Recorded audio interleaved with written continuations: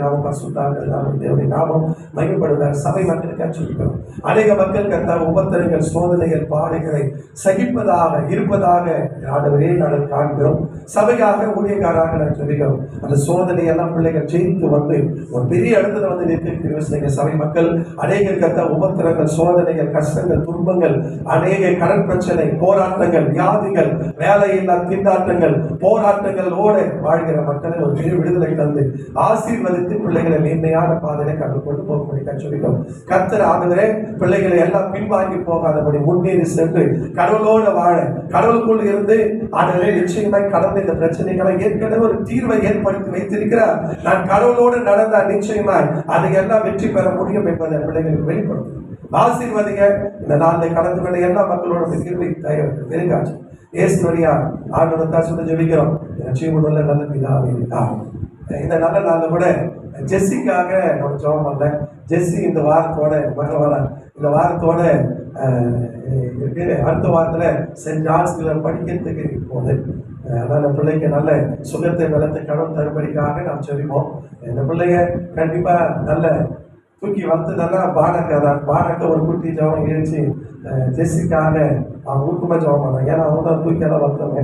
அதனால கண்டிப்பாக அவங்க ஜபம் பண்ணுவாங்க. சபை மக்கள் எல்லாம் கூட ஒரு கரங்களை உயர்த்தி மகள் சென்ட் ஜான்ஸுக்கு அடுத்த வாரத்தில் பிஎஸ்சி ரீடலைசிஸ் படிக்கிறதுல போது நல்ல சுகத்தை வளத்தை ஞானத்தை 4 years எந்த பிரச்சனை இல்லாமல் பிள்ளை படிச்சுட்டு வரேன்.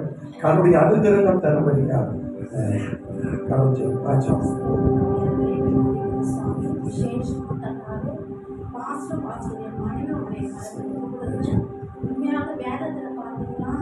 ஆபிரகாம் எல்லாத்தையும் விட்டுட்டு உமக்காக வந்த மாதிரி அதே மாதிரி பாசனம்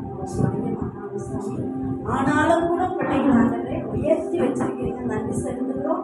விசேஷமா கொடுத்திருக்கிற மகளுக்காக நான் ஜெபிக்கிறேன். மக அகலை கத்தாவே படிக்க போகும்போது கூட உங்களுடைய சமூகம் பிள்ளையோட கூட இருக்கணும். இதுவரை நடக்கிற எபி நேசர் இனிமேலும் பிள்ளை நீங்க நடத்தபடியா ஜெபிக்கிறேன். எல்லாவற்றையும் நீங்க பிள்ளையோடு இருந்து வழிநடத்துங்க. பெரிய கடைசி இயேசுவின் நாமத்தில் ஜெபிக்கிறேன். ஆமென். ஒரு பலத்தை கைத்தட்டு கொடுப்போமே. நம்ம எல்லாம் ஜெஸ்ஸிக்கு best of best of luck நம்ம நம்புறது. லக்கை மட்டும் நம்ம நம்புறது இல்லை. ஏன்னா நம்ம பெரிய வாழ்க்கையில பெரிய லக்கு என்னன்னா இயேசுவை நம்ம சந்திச்சோம் பாரு, அதுதான் பெரிய லக்கு. அதனால பெஸ்ட் ஆஃப் லக்குன்னு சொல்லாத. லக்கு என்ன பண்ணாத, நம்பாத. பெஸ்ட் ஆஃப் பெஸ்ட்டை நம்பும். அது சொல்ல மாட்டேங்க எல்லாம். அதனால பிள்ளைக்காக சொல்லிக் கொள்ளுங்கள். கர்த்தர் நல்லவர், பெரிய காத்து செய்வாராக. தேவ ஜனமே மீண்டுமாக நம்ம என்ன பண்றோம், 38வது வாரத்துல நம்ம பார்க்க வேண்டிய சத்தியம் கிறிஸ்துவ வாழ்க்கை பயணம் பகுதி எத்தனைங்க 3 பார்ட் 3 அப்படின்னு பார்க்கணும். இந்த கிறிஸ்டியன் லைஃப் ஜர்னி அப்படின்ற சத்தியத்தை நம்ம பார்த்து வரோம் பாருங்க. கிறிஸ்துவ வாழ்க்கை சொல்லுங்க, கிறிஸ்துவ வாழ்க்கை பயணம். அது நம்ம பார்த்துட்டு வரோம். கிறிஸ்துவ வாழ்க்கை என்பது ஒரு பயணம். அது நிக்கிறது இல்லை, நம்ம பயணம் போயிட்டு பார்த்து பாருங்க. போலாமா எங்க போலாமா, பயணம் போலாமான்ற மாதிரி பயணம் எப்ப தொடங்குது அப்படின்றத நம்ம பார்த்தோம். பாளையம் என்றால் என்ன சொன்னா, புருஷ அங்கங்க போயிட்டு அந்த டென்ட் போறதுக்கு பேர் தான் பாரு. அது அவங்க எங்கெங்க பாளையம் போட்டாங்கன்றது எங்க இருக்கு அப்படின்னு சொன்னா, இந்த 8ஆம் புஸ்தகத்துலதான் 30 எதுல இருக்கீங்க 33ல அவங்க எங்கெல்லாம் பாளையம் வருகிறாங்க. அடுத்த வாரத்தோட இந்த பாளையம் நிறைய பாளையங்கள் அங்க போயிட்டு அவங்க கூடாரம் போட்டார். நிறைய போவாங்க, அங்கே கூடாரம் போடுவாங்க. அது மாதிரி நம்ம என்ன பண்ணோம் அப்படின்னா 2 எதுன்னு சொன்னா நம்ம திரும்பி பார்க்க போறோம். நம்ம பாளையம் ஏற்கனவே பார்த்தோம் போன வாரத்துல. பாளையம் அங்க எங்க இருந்து விட்டு வந்தாங்க அப்படின்னு சொன்னா, ராமசேஸ்ல இருந்து என்ன பண்ணாங்க, விட்டு வந்தாங்க. ராமசேஸ் என்பது என்னன்னா ஒரு செழிப்பான இடம். அங்கிருந்து வந்து என்ன பண்ணாங்க, சுக்கோத்துல என்ன இறங்கினாங்க. சுக்கோத்துல என்ன அர்த்தம், என்னைய பார்த்துட்டு சுக்கோத்துல என்ன அர்த்தம் என்ன கேட்க நல்ல தியானம். இடம் வரீங்க சத்தமா சொல்ல, இடம் வரி இங்கிலீஷ்ல சொல்றாங்க. அவங்க தான் முத எனக்கு தெரியாது வாட்டர் மில்லன் சொல்றவங்க அவங்க தான். எனக்கு தெரியாது தர்பூசுக்கு இங்கிலீஷ்ல என்ன பேருங்க, வாட்டர் மில்லன். திடீர்னு சொல்றாங்க, வாட்டர் மில்லன் சாப்பிடுறீங்களா? வாட்டர் தான் சாப்பிடுவீங்க நான் கேட்கறேன்னு பார்த்தா அதுக்கப்புறம் தான் புரிஞ்சிச்சு தர்பூசுக்கு இங்கிலீஷ்ல வாட்டர் மில்லன் அப்படின்னா. அதே மாதிரிதான் இவன் சொல்றாங்க. அவன் சுக்கோத்துனா என்ன அர்த்தம்னா, இந்த வாழ்க்கைனாங்க டெம்பரரி. சொல்லுங்க, இந்த வாழ்க்கை என்னதுங்க, சொல்லுங்க, இந்த வாழ்க்கை என்னங்க சத்தனமா என்னங்க, நிரந்தரம் இல்லை. இந்த வாழ்க்கை ஒரு நிரந்தரம், டெம்பரரி. இந்த கூடாரம் பஸ் நம்ம கற்றுக் கொடுக்கிறாரு. இந்த தேகத்தை விட்டு நம்ம போக வேண்டும். 1000 சம்பாதிச்சாலும் வெறுமையா தான் வந்தோம். தாயின் கருவில நிர்வாணியா தான் வந்தோம். என்ன பண்ண நிர்வாணியா தான் போறோம். நமக்குன்னு ஒரு வீடு எங்க இருக்குதுங்க? பரலோகத்துல வைக்கப்பட்டிருக்குது. அந்த நித்தியமான வீட்டுக்கு தான் நம்ம என்ன பண்ணுகிறோம்? பயணம் போயிடும். நம்ம நிறைய பேர் என்ன நினைக்கிறாங்க? செத்ததுக்கு அப்புறம் வாழ்க்கை இல்லை. செத்ததுக்கு அப்புறம் தான் ஒரு நித்திய வாழ்க்கை நமக்கு உண்டாகும். அது சொல்ல மாட்டேங்கிறோம். நம்ம செத்ததுக்கு அப்புறம் உயிரோடு இழப்போம். நம்முடைய ஆத்மா சாவதில்லை. அப்படி எல்லாம் நம்ம பாருங்க. நிறைய பேர் என்ன நினைக்கிறாங்க? செத்தவன மனித வாழ்க்கை முடியுது. இல்லைங்க, செத்ததுக்கு அப்புறம் தான் மனுஷ வாழ்க்கை நித்திய வாழ்க்கைக்கு பங்குள்ள பிள்ளையா இல்ல நரகத்துக்கு பங்குள்ள பிள்ளையா என்பதை செத்ததுக்கு அப்புறம் இந்த சாவுதான் முடியும். சொல்ல மாட்டேங்கிறத முடியுமா? ஒருத்தர் கிறிஸ்துக்குள்ள மறிச்சாங்கன்னா நிச்சயமா நித்தியத்துக்கு பங்குள்ள பாருங்க. அவர் கிறிஸ்து இல்லாத மறிச்சாங்கன்னா கண்டிப்பாக நித்திய நரகத்துக்கு அவனுடைய பங்குள்ள மரணம் தான் ஒரு மனிதன் நிர்ணயிக்குது. அழைச்சல் பாருங்களா? அழைச்சல் பாருங்களா? மரணம் தான் ஒரு மனுஷனுக்கு நிர்ணயிக்குது. செத்ததுக்கு அப்புறம் பார்க்கலாம். எப்படி பார்க்க முடியும்? சோத்திரம். செத்ததுக்கு அப்புறம் நீயும் பார்க்க முடியாது, நானும் பார்க்க முடியாது. அவன் சாவுதான் ஒரு மனுஷனுக்கு நிர்ணயிக்குது. என்னது? நித்திய வாழ்க்கைக்கு பங்குள்ளவனா மாறினா நித்திய நரகத்துக்கு பங்குள்ளவனா மாறாம எப்படி முடிவுபடுதுன்னா அந்த மரணம் தான் முடியும். அதனாலதான் சொல்றோம், கிறிஸ்துக்குள் மரித்தவர்கள் முதலாவது என்ன பண்ணாங்க? கிறிஸ்துக்குள் மரித்தவர்களுக்கு என்ன வாழ்க்கை உண்டுங்க? நித்திய வாழ்க்கை உண்டு. அப்ப நம்ம இந்த ஜேர்னி என்ன சொன்னா முத கத்துக் கொடுக்குறது இந்த வாழ்க்கை என்னங்க? டெம்பரரியான வாழ்க்கை அப்படின்னு என்னதான் சேர்த்து வைங்க. ஆனா நம்ம கூட வராது. கட்டளையா இந்த கைத்தத்துக்கு போராடுறாங்க பாருங்க. சோத்ரா அது கிருபையாக தான் தெரியும். கட்டளைகளை எதை மூக்குத்தி கூட ஓட மாட்டேங்கிறோம்ப்பா. யாரு நாங்கள மூக்குத்திக்கிறோம்? எதுங்க மூடிட்டுமான்னு கேட்கிறான். எந்த முகத்தை மூடிட்டுமா? பாக்குறவங்கள பாத்துருங்கன்னு சொன்ன உடனே கைட்டுதால என்ன பண்ணுங்க? கைட்டுங்க. அவன் பொண்ணு ரெடியாவது எதுக்காக? அம்மா நகாலாம் யாருக்குதான்? அது அங்க சைட்ல நிக்குது. மாமா அப்படின்னு என்ன அர்த்தம்? அதுல கூட ஒரு சவுண்ட் வரும். மாமா அப்படின்னு என்ன அர்த்தங்க? எங்க அம்மா செய்தி யாருக்குதான்? நீங்க பாக்குறத ஒண்ணு எடுத்துட்டு வராத மாதிரி இருக்குது. சோத்திரம் அப்படி எடுத்துக்கிறீங்க. அம்மா நாங்க அப்படி நிக்குது. அது என்ன பண்றாங்க? மூக்கத்தி விடாத பண்றாங்க. என்ன பண்றாங்க? எதுவுமே கிடையாது. சப்பல் வெளிதான். அவன் நம்ம மரணம் தான். நம்ம கிறிஸ்துக்குள் மறிச்சா நித்திய வாழ்க்கைக்கு பங்குள்ள பிள்ளைகள். அவன் கிறிஸ்துக்குள்ள மறிக்கிறனா அது என்னங்க? நித்திய வாழ்க்கைக்கு பங்கு இல்லாம நித்திய நரகத்துக்கு அவன் என்ன மரணம் டப்பல் வெளிதான் இந்த வாழ்க்கை.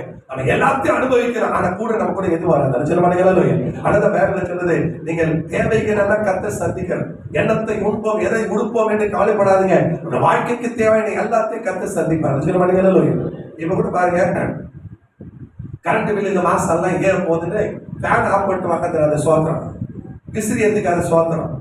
கரண்ட் பில் எவ்வளவு ஏறினாலும் நம்ம தேவையை கத்த என்ன பண்ணுவாங்க? சந்திப்பாங்க.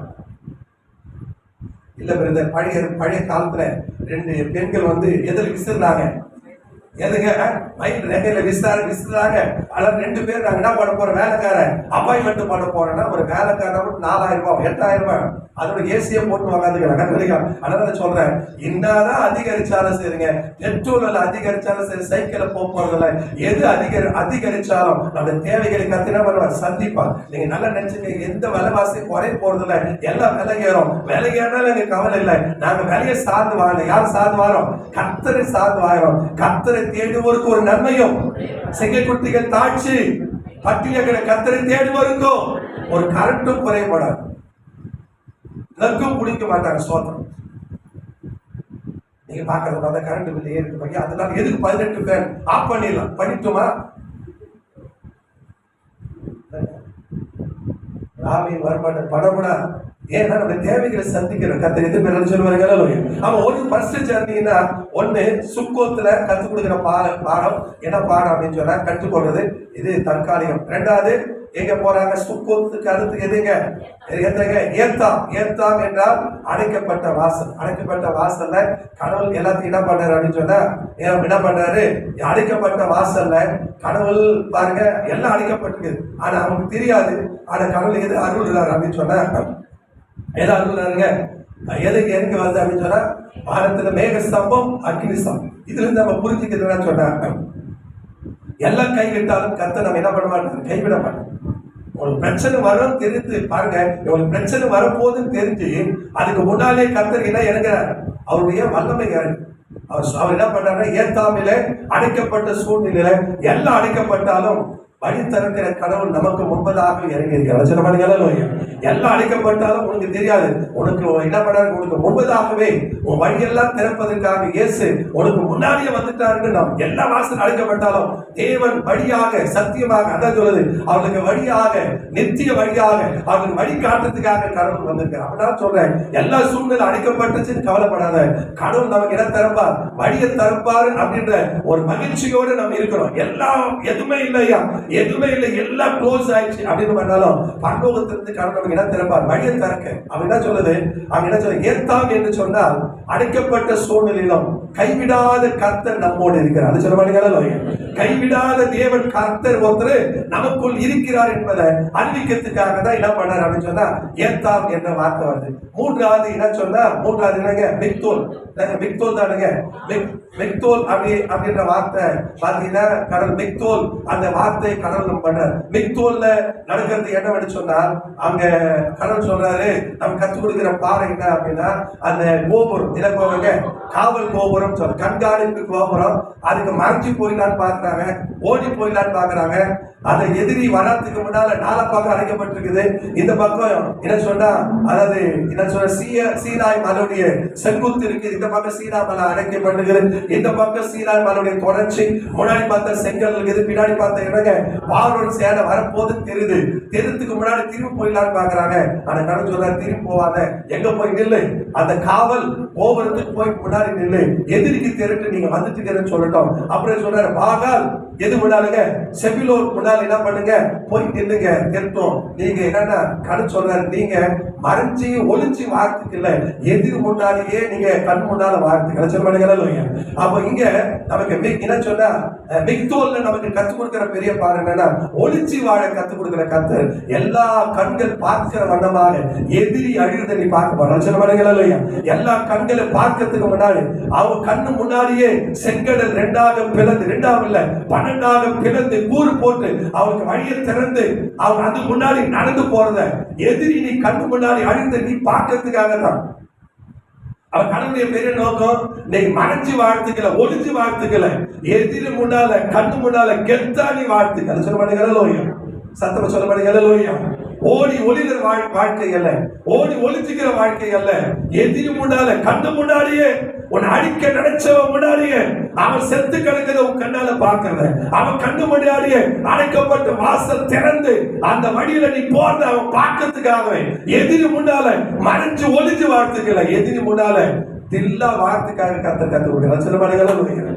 சத்தமா சொல்ல மாட்டேங்க. இனி ஒளிஞ்சு வாழ வாழ்க்கை இல்ல, நிமிந்து வாழ், அவன் முன்னாடி தலை நிமிந்து வாழ், ஓடி ஒளிஞ்சுக்கிறான் நடிக்காது, கண்ணு முன்னாடியே அவன் அழிந்தப்பார்.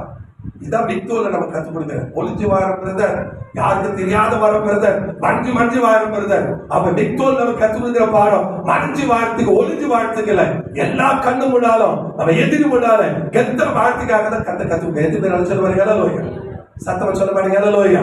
மூன்றாவது பாளையம் அது பார்த்தோம். இப்ப நாலாவது பாளையத்தை நம்ம பார்த்து வரோம். நாலாவது பாளையம் வாங்குறோம். என்ன ஆகும் பாருங்க, 33:8 வாசிப்போமே. ஈரோத்தை விட்டு புறப்பட்டு சமுத்திரத்தை நடுவாக கடந்து, சமுத்திரத்தின் நடுவாக கோடியா கூட போல, எதுல போறாங்க, சமுத்திரத்தின் நடுவுல எவ்வளவு பள்ளம் இருக்கும், எவ்வளவு ஆழம் இருக்கும் பாருங்க. கிறிஸ்துவம் என்பது ஒரு ஆழத்துல போறதுதான். அது சொல்ல மாட்டீங்க, ஒரு ஆழத்துல போறதுதான்.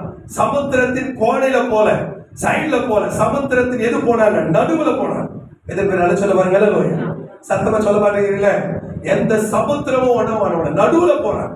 சமுத்திரத்தின் நடுவாக கடந்து வனாந்தரத்துக்கு போய் ஏத்தாம் வனாந்தரத்திலே 3 நாள் பிரயாணம் பண்ணி மாராவிலே பாளையம் இறங்கினார்கள். சத்தமா சொல்லுங்க, எங்க பாளையம் இறங்கினாங்க? மாறானா உங்களுக்கு தெரியும், மாறா என்ன நினைக்க கசம். அவன் கடவுள் என்ன பண்ணாரு, 2ஆம் புத்தகத்துக்கு தான் பார்க்க வரோம். 15ஆம் அதிகாரம் 22ஆம் வசனத்துல இருந்து 27ஆம் வசனம் வரைக்கும் நம்ம பார்க்கணும். பாருங்க என்ன சொல்லுது. பின்பு மோசே இஸ்ரவேல் ஜனங்களை சிவந்த சமுத்திரத்திலிருந்து பிரயாணப்படுத்தினார். அவர்கள் சூர் வனாந்தரத்திற்கு புறப்பட்டு அந்த என்ன சொன்னா, அந்த சிவந்த சமுத்திரத்தை நடுவில் போறது எதை குறிக்குதுங்க? ஞானஸ்தானம். சத்தம் என்ன எடுக்கிறாங்க? ஞானஸ்தானம் எடுக்கணும். ஞானஸ்தானம் எடுக்கிறாங்க. அது பார்த்து ஞானஸ்தானம் எடுத்த பிள்ளைங்க வாழ்க்கையில சின்ன சின்ன கசப்பு வரும். அது சொல்ல மாட்டேங்க, சின்ன சின்ன கசப்பெல்லாம் இருக்கத்தான். கசப்பு இல்லாம, பாவக்காய் இல்லாம சுகர் நல்லா வாங்க.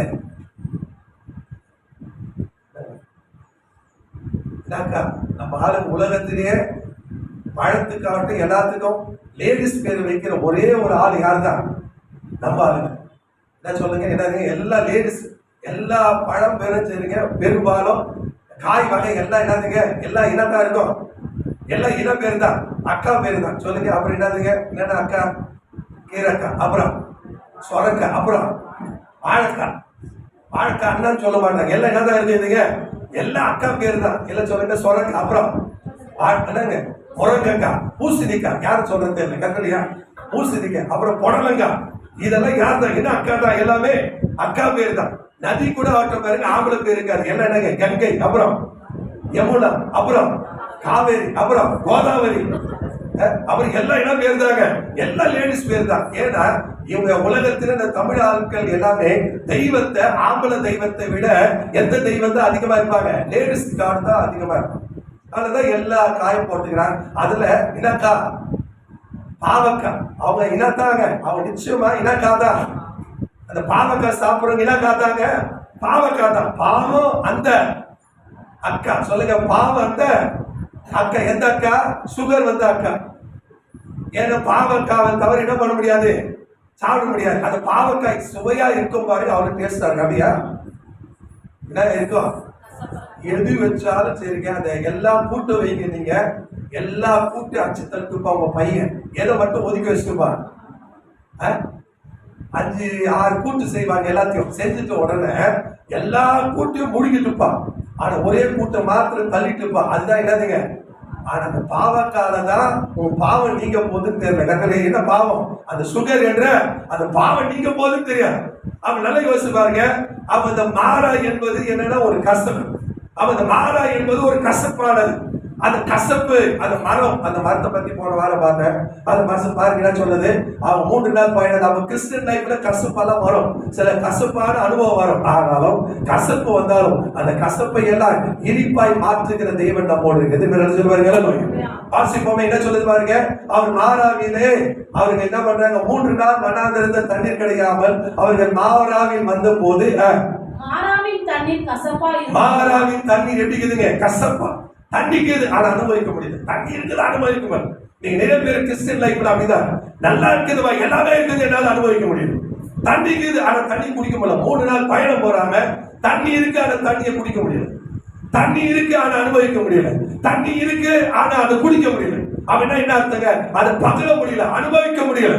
அதை அவங்களால என்ன பண்ண முடியலன்னா, அதை அவங்க வாழ்க்கையில் அனுபவிக்க முடியாத ஒரு தடையார். அவன் கசப்பாங்க. அவன் சொன்னாங்க, அவர்கள் மாறாவில் வந்த போது மாறாவின் தண்ணீர் எப்படி இருக்குதுங்க, கசப்பா இருந்ததுன்னா அது குடிக்க அவர்களால் கூடாது. அதனால் அவ்விடத்துக்கு மாறா என்று பெயரிடப்பட்டது. அந்த இடத்துக்கு என்ன பெயரிட்டாங்க, மாறன் என்னத்துக்கு, கசப்படா. அவன் என்ன நடக்குது வாசிங்க. அப்பொழுது ஜனங்கள் மோசேக்கு விரோதமாய் முறுமுறுத்து, அவன் பாவம், அவங்களுக்கு யார் இருக்கிறாங்க, திட்டத்துக்கு யார் தான் இருக்கிறாங்க, இப்படி நடிச்சுக்குது. நான் பாவம், அவன் நம்மளை விட்டா யார் இருக்கிறாங்க, நல்லதுக்கும் நம்மளதான் யூஸ் பண்றாங்க, கெட்டதுக்கும் யூஸ் பண்ற மாதிரி. மோசேக்கு அவங்களுக்கு வேற யாருங்கிறாங்க, எல்லாரும் விட்டு வந்துட்டாங்க. மோசே தான் திட்டத்துக்கு ஆகட்டும், அப்புறம் என்னதுங்க, பேசுறதுக்கு ஆகட்டும், யார் தாங்கிறாருங்க, மோசே பாவம். அதாவது மோசவை என்ன பண்ணுறதுங்க, தூத்துறதுக்கும் சரி, போட்டுறதுக்கும் சரி, எல்லாத்துக்கும் ஊர்க்கா யார் கட்சாருன்னா ஊழியக்காரனும் மோசை கட்ச மாதிரி. மோசை எல்லா ஜனங்களையும் முறுத்தாங்க, முறுமுறுத்து எண்ணத்தை குடிப்போம் என்றார். அப்புறம் என்ன நடக்குவாருங்க, இப்ப இவர் கூப்பிடுறாரு, கர்த்தரை நோக்கி கூப்பிட்டா ஜெபம் பண்றாரு. அப்ப என்ன நடக்குதுங்க, அப்போது கர்த்தர் மோசேக்கு ஒரு மரத்தை காமிச்சார். மோசேக்கு என்னத்தை காமிச்சார், ஒரு மரம். அது காமிச்சார் மரம், அது ஒரு மரத்தை காமிச்சாரு. ஒரு மரத்தை என்ன பண்றாருன்னா ஒரு காமிக்கிறாரு. அந்த மரம் பாத்தீங்கன்னா, அந்த மரமும் என்னன்னா கசப்பாடு. அந்த மரம் பாருங்க, அதான் உங்களுக்கு எடுத்து சொன்னேன். இந்த மரம் தான் பாருங்க, மோசேக்கு என்னத்தை காட்டுறாருன்னா ஒரு மரத்தை காட்டுச்சு. இந்த மரத்துக்கு பேரு என்ன சொன்னா மர்ச்சி. இதுக்கு பேரு மர்ச்சின்னு அர்த்தம். மர்ச்சினா அது போன வாரம் நம்ம சொன்னோம். மர்ச்சி, மர்ச்சினா MYRRH. ஷார்ட் என்ன சொல்றாங்க, MYR, மர் அப்படின்னா மர்ச்சி. மர்ச்சி, இந்த மர்ச்சி தான், மருதான் வந்து மோர் அப்படின்ற வார்த்தை இதுதான். மோர்ன்ற கடை இருக்குது இல்லையா, மோர்னு உடனே நினைக்கிறாங்க. மோர் அப்படின்னா என்ன அர்த்தங்க, மோர் அது டைம்ல இருந்து வருது அப்படின்னு நினைச்சுக்காங்க. மோர்னு என்ன அர்த்தம், நிறைய வாங்குற இடம். மோர்னா என்ன அர்த்தங்க? எல்லாம் கிடைக்கும். மோர்னா என்னங்க? நிறைய எல்லாம் இருக்கு மோர். ஆனா அந்த மோர்ல நான் போனோம்னா 500 ரூபாய் நோட்டு எடுத்துட்டு போனாதான் உனக்கு என்ட்ரன்ஸ். உன் நம்பர் என்னன்னு கேட்கறாங்க. போன் நம்பர் கேக்குதுங்க. 200 ரூபாய் எடுத்துட்டு போனா என்ன கேட்கறது இல்ல, போன் நம்பரே கேட்க மாட்டேங்க. 500 காட்டு என்ன நம்பர் கேட்கறாங்க. அதுக்கு பேர் தான் என்ன அர்த்தம்? மோர் அர்த்தம். கேட்கலையா? மோர் நிறையவா மோர். அப்ப நான் சொல்றேன், இந்த மோர் என்ற வார்த்தை கூட இந்த மருன்றதுதான் வரும். இந்த மரமும் என்னன்னு சொன்னா கசப்பான மரம். இந்த மரத்தை நான் சொல்ல கூடார பாட்டிகளை எப்பவுமே இஸ்ரவேலர்கள் பழத்தை சாப்பிடுவாங்க.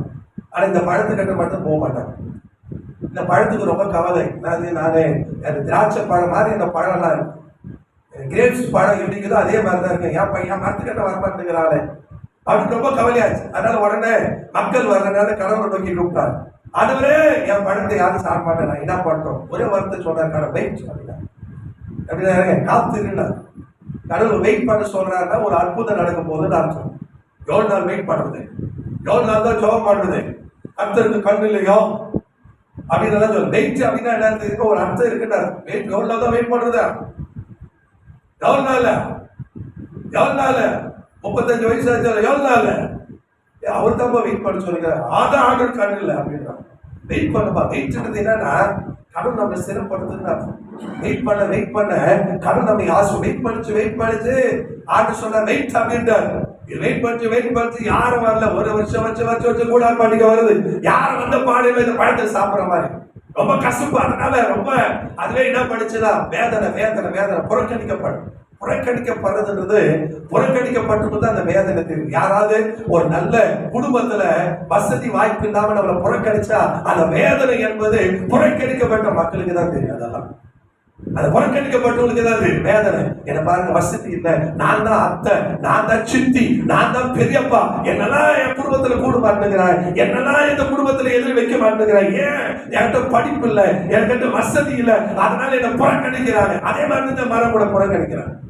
ஒரு புறக்கணிப்படுறது வேதனை. அந்த வேதனை தாங்க முடியாத வேதனை. அது வேதனை பட அந்த மரம் வெடிப்பு உண்டாகும். அந்த வெடிப்பு உண்டாயிட்டு அந்த வேதனை நிமித்து அழ ஆரம்பிக்கிறது பாருங்க.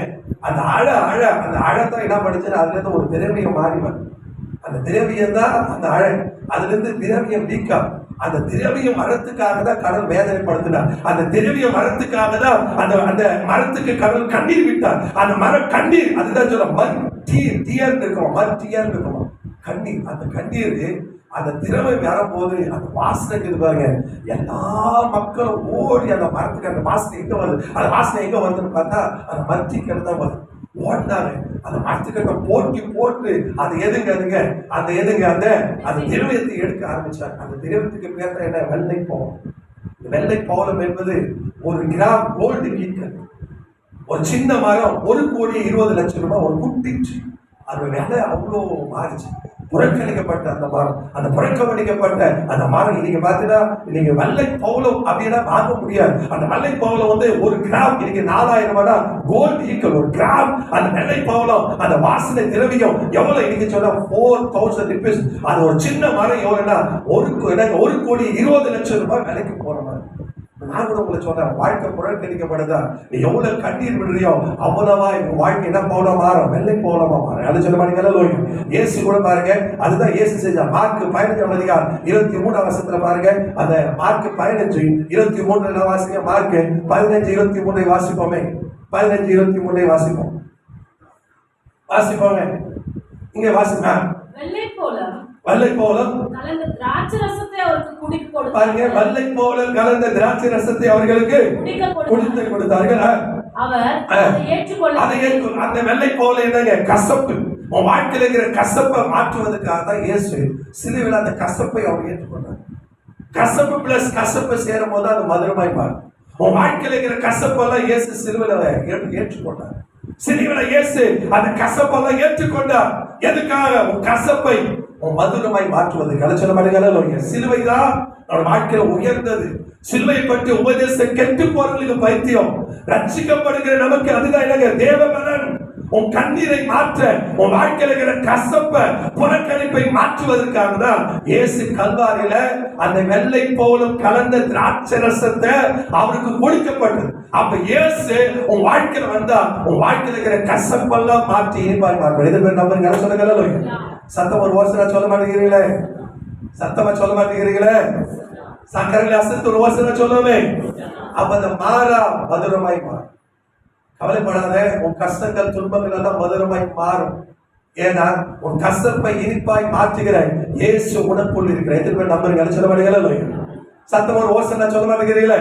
இது வரைக்கும் நம்ம பார்த்துக்கோம். இப்ப பாருங்க, இப்போ நம்ம மீண்டும் யாத்திரையாகும் 15ஆம் அதிகாரம் பாருங்க, 15ல நம்ம 25ஆம் வசனத்தை வாசிப்போமே. அங்க பாருங்க, அவர் என்ன பண்றாரு பாருங்க. மோசே கர்த்தரை நோக்கி கூப்பிட்டார். அப்பொழுது கர்த்தர் மோசேக்கு ஒரு மரத்தை காண்பித்தார். என்ன மரம்? அது பேர் என்னங்க? அதுக்கு பேரும் மர்ச்சி அப்படின்னாங்க, மாறம். அந்த கசப்பு இந்த கசப்போட கலக்கும் போது என்ன மாறுதுங்க? இனிப்பாமா ஒரு மரத்தை காமிச்சார். அதை அவன் தண்ணீரில் போட்ட உடனே அவன் கவனிங்க, அது மேலதாங்க இருக்கு. உன் வாழ்க்கை மாறினா உன் வாழ்க்கையில இயேசு வர்ற வரைக்கும் உன் வாழ்க்கையில இருக்கிற கசப்பு மாறாது. எதிர் பேர் எல்லாம் சொல்ல பாருங்க. மேலே இருக்குது பிரதர், மேலே இருக்கு. மேலே இருந்தா இல்லைங்க, அந்த மரத்தை எதிர தூக்கி போடணும். சொல்லுங்க, எதுல போடணுங்க? நீங்க பாக்குறது மாதிரி யா வாயில போடணுன்ற மாதிரி சொல்லுங்க. எங்க போடணும்? தண்ணி எப்பிக்குது, கசப்பாது. அந்த கசப்போட இந்த மரத்தை போடும்போது கசப்பு, இதுவும் கசப்பு தான். இந்த கசப்பு ரெண்டும் சேர்ந்துனா மாறும், இனிப்பா மாறும். அப்ப நல்லா யோசிங்க, உன் வாழ்க்கையில இயேசுவை தூரம் வச்சுட்டே இருந்தா வாழ்க்கை கசப்பா தான். சொல்லுங்க, வாழ்க்கை எப்படிதான் இருக்கும்? ஒரு தாத்தா தலைமையில என்ன பண்ணாருன்னா, ஒரு 25 கிலோ அரிசி மூட்டை தூக்கிட்டு ரோட்ல நின்று இருந்தார். எல்லாம் பார்த்துட்டு போயிருந்தா. ஒரு காரக்காரன் பார்த்தா, இவங்க என்னப்பா மூட்டை தூக்கி இவ்வளவு கஷ்டப்படுறாருன்னு போட்டு காரை திறந்து உள்ள உட்கார வச்சா, உள்ள கொஞ்சம் போயிட்டே இருக்கிறாரு. போயிட்டே இருக்கும்போது பார்த்தா இந்த கார் ஓட்டுறது திட்டாரா. என்னன்னா, உள்ள உக்காந்துக்கும் போது எது தூக்கி வச்சிருக்கிறாங்க? அது தாத்தா பாவி பொக்க தாத்தா, உன்னை உள்ள உட்கார வச்சது எதுக்காக தான்? அந்த தலைமையில இருக்கிற சுமையை தூக்கி எங்க வைக்கணும்னு, கார் உள்ள வைடா கீழே வைடான்னா எது மேல வச்சிருக்கிறாங்க. அதே மாதிரி இன்னைக்கு கூட இயேசுவை வெளியே வச்சுட்டு கிறிஸ்துக்குள்ள இருந்துன்னா வாழ்க்கையில இருக்கிற கஷ்டமும் மாறும்.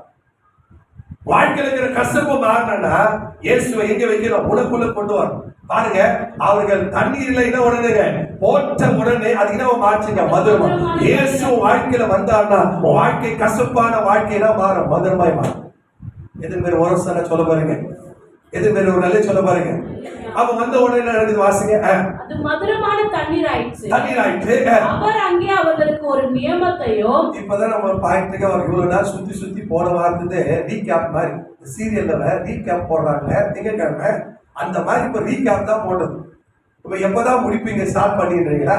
அவர்தான் முடிக்க பாரு. அங்கே ஒரு இனத்தை கொடுத்தார், ஒரு நியாயத்தையும் கட்டளையிட்டு, அங்கே ஒரு நியாயத்தையும் இணைத்தார், கட்டளையிட்டு அங்கே அவர்களை சோதித்து இனத்தை சோதித்தாரு. இந்த செய்வியா செய்வான்னு என்ன கொடுத்தாரா? சோதித்தார். அங்க பாத்தீங்கன்னா 2 தர, ஒரு நியாயத்தையும் ஒரு நியாயத்தையும்.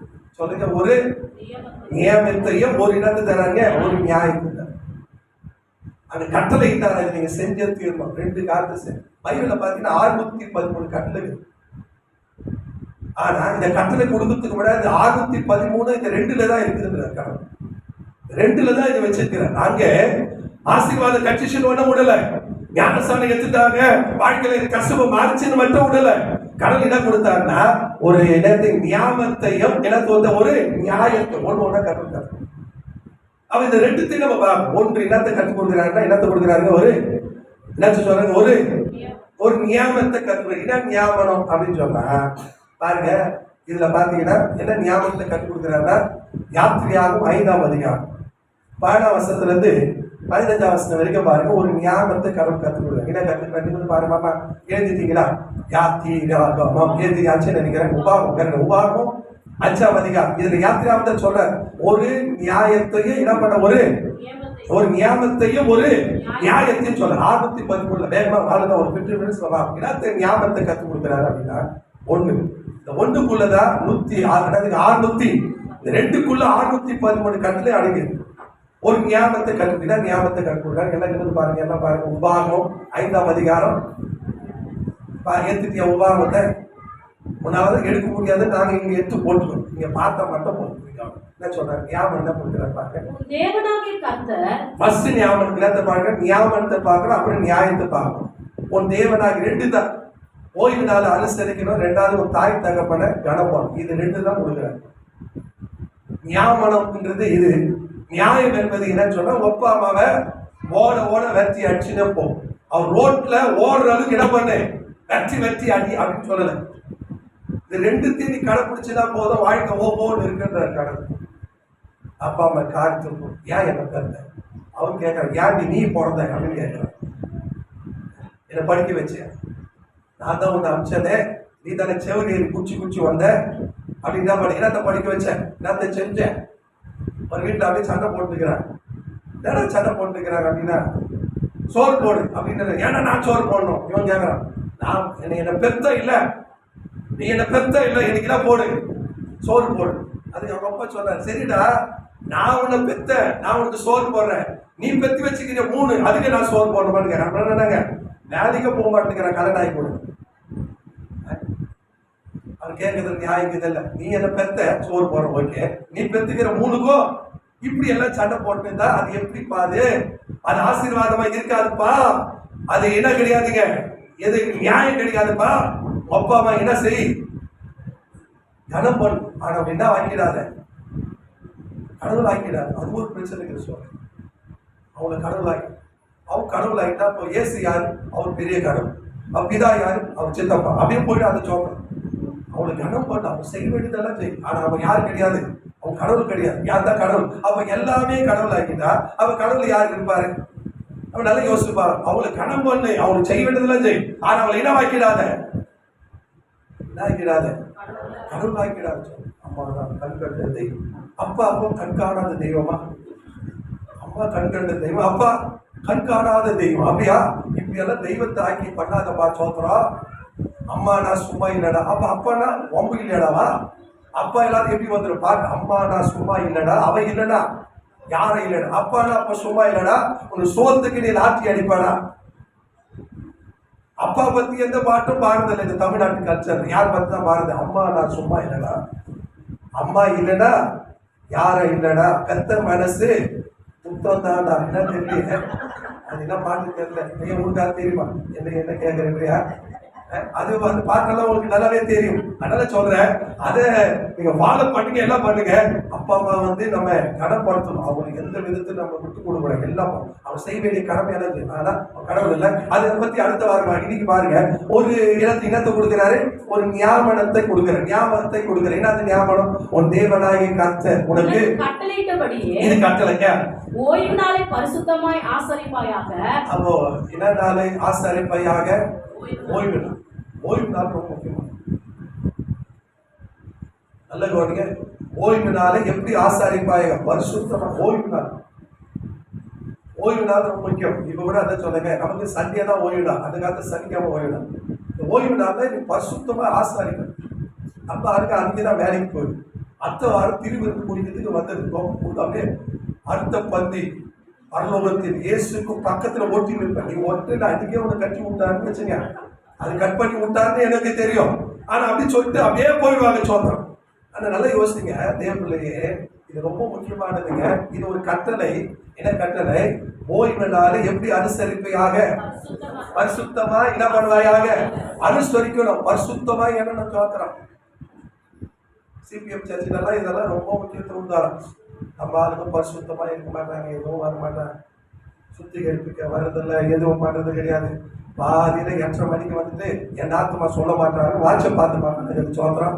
இப்படி இருக்கிறவங்க எல்லாம் எப்படி ஆஸ்வதிக்கப்பட போறாங்க எனக்கு தெரியல. இது எப்படி அனுசரிப்பியாக? ஓய்வு நாளை கட்டளை பாருங்க. உன் தேவனாகிய கர்த்தர் உனக்கு என்ன கொடுத்தாருங்க? உனக்கு கட்டளையிட்டபடியே ஓய்வு நாளை பரிசுத்தமாக என்ன பண்ணுவாங்க? ஆசாரிப்பார். அப்புறம் 6 நாளும் நீ வேலை செய்து. அப்படிதான் 6 நாளும் சும்மா இட்டு 7வது நாள் வந்துடாது. 6 நாள் என்ன செய்யணும்? வேலை செய்யணும். வேலை செய்யாத சாப்பிடக்கூடாதுன்னு பிரிச்சுவாங்க. 6 நாள் வேலை செய்யும். 6 நாளையும் வீட்லயே உக்காந்து 7வது நாள் வேலை செஞ்சாதான் சோறுன்றார் பைபிள். 6 நாள் வேலை செய்யணும். 6 நாள் வேலைக்கு போகணும். 6 நாளைக்கு வேலைக்கு போகாதவங்க என்ன பண்ணுங்க, சுரு ஏற்றி அனுப்பணும். எங்க போ, கர்த்தர் சொன்னாருமா என்ன ஓ எங்க போ, நீ சத்தம் சொல்லு, எங்க போ சொல்லுங்க, எங்க போங்க. நான் கூட இருக்கிறவங்க எல்லாருக்குமே தெரியும், பைபிள் காலேஜில் 2016 வரைக்கும் பைபிள் காலேஜில் வேலை செஞ்சேன். எங்க வேலை செஞ்சீங்க, துபாயின்னு கேட்காதீங்க. உங்களுக்கு எல்லாருக்கும் தெரியும், திருச்சி பைபிள் காலேஜில் சம்பளத்துக்கு வேலை செஞ்சேன். அப்புறமா ஜனம் வந்து எல்லாம் போஷிக்கப்பட்ட பிறகுதான் முழு நேரம், இது வரைக்கும் இருக்க முழு நேரமா தெரியல. இப்போ பைபிள் காலேஜில் வேலை செய்யறேன், 3000 ரூபாய் சம்பளம் கொடுக்குறேன். அப்போ நான் நிறுத்தின தசமாக இல்லையா, அப்போ உங்களுக்கு தான் என் சோதனை. நான் இப்போ இதான் வேலை செய்யறேன் பைபிள் காலேஜில். இப்போ போன 3 மாசமா வேலைக்கு போயிட்டு இருக்கிறேன், 6 மாசமா திருப்பவும் எங்க போயிட்டு இருக்கிறாங்க, உன்னை நம்பி முடியாதுப்பா, நிறைய பொறுப்பு இருக்கு, பிள்ளைங்களை வளர்க்கணும், எல்லாம் பண்ணணும்னு சொல்லி திருப்பவும் என்ன பண்ணிக்கிறாங்க, பைபிள் காலேஜில் இப்போ ஒர்க் பண்றேன். எனக்கு தெரிஞ்சு வேலை செய்யும், ஊழியமே செய்யும், எல்லாமே பண்ணும். அப்ப என்ன சொல்றேன்னா, 6 நாள் நீ என்ன செய்வாயாக, வேலை செய்து உன் கிரியைகள் எல்லாம் நடப்பியா. அப்புறம் 7ஆம் நாளிலே தேவனாகிய கர்த்தருடைய ஓய்வு நாள். அப்ப 7ஆம் நாள் கர்த்தருக்கு என்ன நாள், ஓய்வு நாள். அப்ப என்ன சொல்ற பாருங்க, அதிலே நீயானாலும். அப்போ முதல்ல சொல்லி யாரு, முதல்ல எல்லாத்துக்கும் லீவ் கொடுத்துட்டு போயிடுவான்.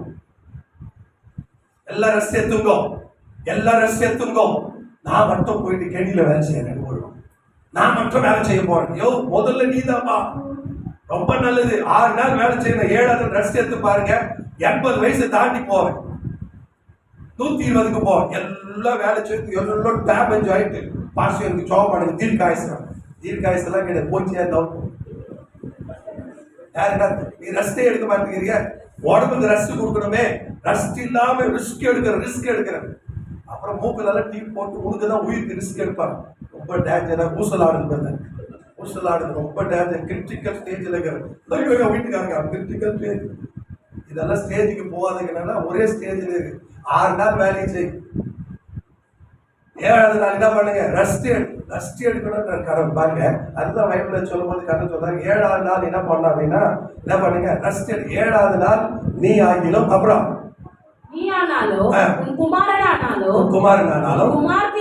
இது ரொம்ப கவனிக்கணும். நீ மட்டும் வந்துக்கிற பிள்ளைங்க விளையாட ஆரம்பிச்சுக்கிற, போடா மக நீ எங்க போ, கபடி விளையாடி அப்படியே கபடின்னு போடா, அவன் கிரிக்கெட் போடா.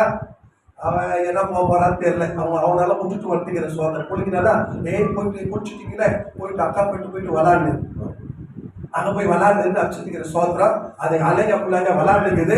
அதுக்கப்புறம் ஒரு பெரிய விளையாட்டு போல வரும், அப்படி ஜெயில போய் நிற்க போற சோத்திரம். ஏன்னா உன் பிள்ளைங்க நல்லா கூட்டு வராது வந்துக்கிறல்ல, உன் குமாரர் ஆகிலும், அப்படி யாருங்க, உன் குமாரி. அப்புறம் வீட்டுல வேலை செய்யற வைக்கிறவங்க எல்லாம் சண்டே ஆனா அவங்க லீவ் கொடுத்துடணும். சர்ச்சில் இருக்கிறவங்களுக்கு எல்லாரும் சொல்றேன், நான் சர்ச்சுக்கு போறேன்டி, சாமானத்தை கழுவி வைடி. அது கழுவி ஒண்ணு ஊத்தி நிற்கிறாங்க. பைபிள் எடுத்துன்னு போயிருக்கிறீங்க, நீ மத்த சர்ச்சுக்கு போறீ, எனக்கு லீவ் கொடுக்க கூடாதா, உன் ஆண்டவர் இதுதான் உனக்கு சொல்லி கொடுத்தாரா அப்படின்னு சொல்ற அழுக்கு வைக்காம வேலைக்காருக்கும் சொல்லிக்கணும். இது என்னதான் உனக்கு ஹோலிடே சொல்லுங்க. ஏன்னா இங்கிலீஷ்ல தான் ஹோலிடே, எனக்கு ஹாலிடே என்னதுங்க, ஹோலிடே. ஏன்னா பரிசுத்தமான நாள் இல்லையா, நமக்கு ஹாலிடே இல்லை, அது என்ன டேங்க, ஹோலிடே. நீ ஜாலியா இருந்து அவங்களுக்கு லீவ் விட்டுருந்தோம். அதுக்கப்புறம் என்னன்னா பாருங்க, வேலைக்காரியானாலும் எருதானாலும் அது மாதிரி கழுத எருது இருந்தா கூட சரி, அதுக்கு லீவ் விட்டு அது எல்லாம் கூட ரெஸ்ட் எடுக்கணும். பால் கறக்காத, குட்டி குடிக்கணும், அப்படியே ரத்தத்தை உரியிலே ரத்த காட்டி எதுவுமே அப்படி விட்டு அதுக்கு லீவ் விட்டு, அது குட்டி குடிக்கிட்டு நீங்க விட்டுருக்கு, அதிகம் லீவ் விட்டு. மாட்டுக்காரன் வரல ட்ரெஸ் ஆகிட்டு விட, மாட்டுக்காரன் பால் கறக்க வரல, சர்ச்சில் பாஸ் வரைக்கும் கூப்பிட்டு பாரு, நான் அவனை கூப்பிடுறேன் சோத்ரா. அதனால என்ன பண்ணுப்பா, இப்படி எல்லாம் பண்ணாம எதுக்கு லீவ் விடு சொல்லுங்க, எதுக்கு லீவ் விடு சோத்ரா.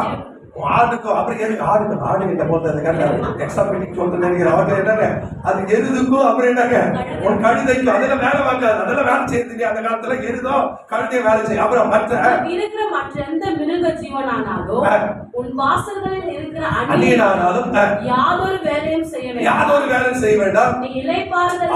அடுத்த கட்ட நான் இளைப்பாறுதல். சத்தமா சொல்லி இளைப்பாறணும், சத்தமா சொல்லுங்க இளைப்பாறணும்.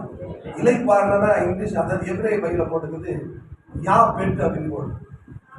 பெட்டுல படுக்கிற மாதிரி எப்படி இருக்கும் யோசிச்சு பாருங்க. உங்களுக்கு எல்லாம் பெட்டு போட்டு படுக்க வச்சுன்னு வச்சுக்க எப்படி இருக்கும், அதான் ஒரு பாஸ் என்ன பண்ணாருன்னா 2-3 செகண்ட்ஸ் நடத்திட்டு வந்து சொன்னாரு, எனக்கு ரொம்ப டயர்டா இருக்குது, நான் உக்காண்டே பிரசங்கம் பண்றேன், நீங்க என்ன சொல்றீங்க? அவங்க சொன்னாங்களா, ஐயா நீங்க உக்காண்டே பண்ணுங்க, ஆனா ஒரே ஒரு கண்டிஷன், நாங்க 10 கேட்போம். இப்ப இருக்கும் போதே என்ன பாருங்க 10 12 அர்த்தங்க. அவர் சொன்னாரு, தலைக்காணி எல்லாம் அர்த்தம் என்ன பண்ணுங்க, எடுத்துக்கொண்டு வாங்க, ஃபேன் போட்டு தூக்கிடுங்க. இது ரஸ்ட்னா இலைப்பாறுதுன்னா பெட்டுன்னு இருக்குது. பெட்டுன்னா என்ன அர்த்தம்னா பெட்டுல படுக்கிற மாதிரி அவ்வளவு நேர்த்தியா இருக்குன்ற. பாருங்க என்ன சொல்றேன்னா இலைப்பாறுது அப்படின்னா யாரு நான் இலைப்பாறுவாங்கன்னா சர்வ், யாரு அடிமைகள், சர்வன் வேலைக்காரங்க. அப்படி என்ன சொல்றாங்கன்னா இவங்க எல்லாம் சர்வதெல்லாம் அப்படின்னா வர்ஷிப் தி காட் அர்த்தம். இலைப்பாறுதுன்னா என்ன அர்த்தம்னா பெட்டு மேல படுத்துட்டு எப்படி எந்த ஒரு வேலை செய்யாம யாரு அப்படின்னா அடிமைகள். அப்புறம் யாருங்க, வேலைக்காரங்க. நம்ம எல்லாம் இன்னைக்கு கடவுளுக்கு முன்னாடி உலகத்துல இருக்கும் போது அடிமைகளா இருந்தோம், அப்புறம் என்னங்க வேலைக்காரன். ஆனா நம்ம கடவுளுக்கு கொண்டு வந்து வா பெட்டு அப்படின்னா to worship the Lord, save the Lord. அவ பெட்ல இளைப்பாறு, எந்த ஒரு பெட்ல படுக்கும் போது எந்த டென்ஷன் இல்லாம பண்றோமே அந்த மாதிரி நம்ம கடவுளை என்ன பண்றதுன்னா இளைப்பாறு அப்படின்னாங்க ஆராதிக்கிறது. எந்த ஒரு கஷ்டத்தையும் எடுத்துக்கூடாது. பெட்ல எப்படி படுக்கிறோம் அந்த மாதிரி இளைப்பாறுதல் என்று சொன்னால் பெட்டுல உட்கார்ந்து நம்ம எப்படி ஒரு சுகமா இருக்கிறோமோ அந்த மாதிரி ஒரு இளைப்பாறுதல் தான் என்ன சொன்னா ஒரு சண்டே வந்து இருக்காங்க. இந்த சண்டே ஆனா நம்ம 7 கறியை வாங்கினது, ஒரு கறியை விடுதல் தவுக்களை கூட விடுவாங்க, எல்லாம் வாங்கினது கொண்டாடி கொடுத்து அனுப்பி பண்ண. நீ ஒரு அரை கொடுக்கணும். கடவுள் இன்னைக்கு என்ன சொல்லிக்கிறேன், இன்னைக்கு என்ன நான் எனக்கு இன்னைக்கு ஓய்வு நாள். அதை விட்டுட்டு ஒரு பக்கம் மீன் அரைகிறதும், ஒரு பக்கம் மஞ்சள் அரைகிறதும், இன்னொரு பக்கம் அது குண்டாவை அரைகிறதும், அதுல ஒரு போனை பண்ணி அத்தைய கூப்பிடுறதும். 7 பேர் வந்தவனா அவன் டயர்ட் ஆகி பார்த்துட்டு எனக்கு இணை பாறுதல் இல்லை, எனக்கு இலை பாறுதல் இல்லை, நான் லவுன் பொறுக்க போய் என்ன பண்றேன், இலை பாருங்க. நான் சொல்றேன் எந்த வேலையும் செய்யாதப்பா, நஷ்டு எடுப்பா, கடலோட வாப்பா, வர்ஷிப் பண்ணுப்பா, மாத்தமா இலைப்பாருப்பா, பெட்ல பத்து பண்ற மாதிரி பண்ணுப்பா, அவ்வளவு இலைப்பாரு பண்ணுப்பா. கொஞ்சம் காசு கொடுத்தீங்கன்னா அவங்க ஏசி கூட போட்டு விட்டுருவாங்க. அதனால நீங்க தான் காசு கொடுக்க மாட்டீங்க, குத்திட்டு அப்படியே ஏசிலே போட்டு வாழ்க வேர்வை வராத மாதிரி பாட்டு வாழ்க வாழ்க அப்படி கூட பண்ண சொல்றான். அப்படி ஒரு இலைப்பாரு அவர் சொன்னார் பாருங்க, இலைப்பாரு. அப்புறம் உன் வேலைக்காரன் உன் வேலைக்காரியும் அவங்களை என்ன பண்ணட்டும், எல்லாம் இலை பார்த்தோம், எல்லாம் ரெஸ்ட் எடுக்கணும். அதுல என்ன செய்ய வேண்டாம் சொல்லுங்க, அதுல என்ன செய்ய வேண்டாம், அதிலே என்ன பண்ண வேண்டாம், வேலை செய்ய வேண்டாம். அப்புறம் சொல்றாரு, அப்புறம் நீ எகிப்து தேசத்தில் அடிமையா இருந்தாய், ஓய்வு நாள் பத்தி சொல்ல அடிமையா இருந்தாய். தேவனாகிய கர்த்தர் உன்னை அவ்விடத்திலிருந்து வல்லமில்ல கரத்தினால் ஓங்கிய புயத்தினால் புறப்பட பண்ணினார் என்பது என்ன பண்ணுங்க பாருங்க. ஓய்வு நாள் நினைக்கணும், கடவுள் எதுலெல்லாம் அவர் வல்லமை நம்ம மீட்டு அதை நினைக்கணும். நம்ம எந்த அடிமதத்திலிருந்து நம்ம மீட்டெடுக்கப்பட்டோம் அப்படி என்பதை நினைக்கிறதுக்கு பேர் தான் ஆராதனை. வர்ஷிப்னா என்னதுங்க, கடவுள் எப்படிப்பட்ட இந்த 6 நாள்ல எப்படி எல்லாம் அவருடைய வல்லமை கிரியை செஞ்சுச்சு அப்படின்னு நினைக்கிறதுக்கு பேர் தான் ஆராதனை. அவர் வல்லமை நினைக்கணும், அவளை எப்படி எல்லாம் மீட்டெடுத்தார், எப்படியெல்லாம் நம்ம கடல் கடந்து வர செய்தார். இந்த 6 நாளும் எப்படி நம்ம மீட்டெடுக்கப்பட்டோம், நம்ம அடிமதத்துல இருந்தோம், கர்த்தர் நம்மளை ஒரு சரத்துல வச்சுக்கிறார். நம்ம இது இவ்வளவு நல்லா இருக்கிறதுக்கு காரணம் அவருடைய வல்லமையை நம்ம நினைச்சு பாருங்க. சொல்ல மாட்டீங்க சத்தமா சொல்ல மாட்டீங்க லோயா, நல்ல ஒரு வல்லமை நினைச்சு பார்க்கணும் சொல்றேன். அதுதான் ஓய்வு நாள். ஓய்வு நாள் என்பது என்ன, அவருடைய வல்லமை நம்ம என்ன பண்ணுங்க அதை நினைச்சு பார்க்கணும் சொல்றேன். அவர் எப்படி எல்லாம் நம்மளுக்கு கொண்டு வந்தார் என்பதை என்ன பண்ணுங்க நினைச்சு பார்க்கணும் அப்படின்னு தான் கடவுள் சொல்றேன். அவருடைய வல்லமை தான் இன்னைக்கு நம்ம உயிரோடு இருக்கிற கர்த்தருடைய வல்லமை. எடுத்து வரணும், ஊருக்கு வரணும். நேற்று கூட ஒரு பாஸ்டர் பார்த்தா அவருக்கு கொரோனா வந்து சோத்திரம். திடீர்னு நானே நாளைக்கு கூட பார்க்க வரேன், அவர் சொல்ற கையெழுத்து கூப்பிடுறாரு, பாஸ்டர் வேணாம், ஏன் வேணாம், உள்ள ஊசி போட வந்த லேடி கூட வந்துச்சு பாஸ்டர் அப்படின்னு. ஐயோ அப்பா நல்லா பாருங்க, எனக்கு சொல்றப்பா சோத்திரம். ஆனா இன்னைக்கு வரைக்கும் நம்ம வீட்டுக்கு வந்து ஒரு கொரோனாவும் இல்லை, கொரோனா நம்மளுக்கு போட்டு சோத்திரம். எத்தனையோ பேரு ஆன்லைன் வேற சோத்திரம் என்ன பண்ணுறது இல்லையா, ஊசி போட்ட மாதிரி வரை காட்டி சர்டிஃபிகேட் வாங்க. எத்தனையோ பேர் சோத்திரம், சர்டிஃபிகேட் எல்லாம் வாங்கி கூட ஒன்றும் இல்லாம அது கொரோனா மட்டும் தோத்து சோத்திரம்.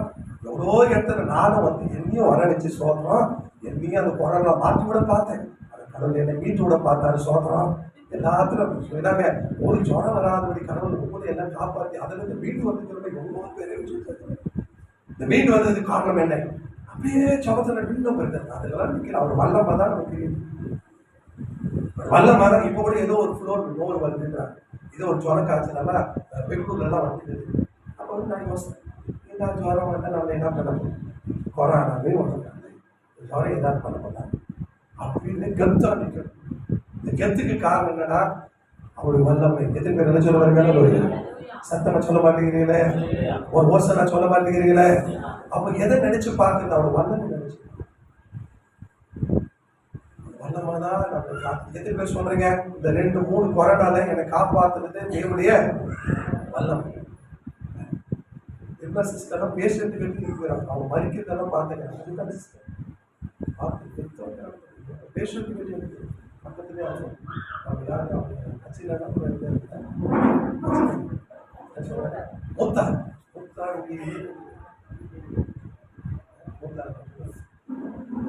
நம்மளா இருந்தா கூட அந்த மாதிரி இருக்கிற பத்திரத்தோடு போயிட்டு ஏதி கீதி ஏதாவது என்ன பண்ணுங்க, போற கண்டிஷன்ல இருக்கிறீங்க என்ன பண்ணுங்க, அந்த ஏதி கீதி வச்சுக்கிறான்னு கேட்கலாம் போல அவங்க பார்ப்பாங்க.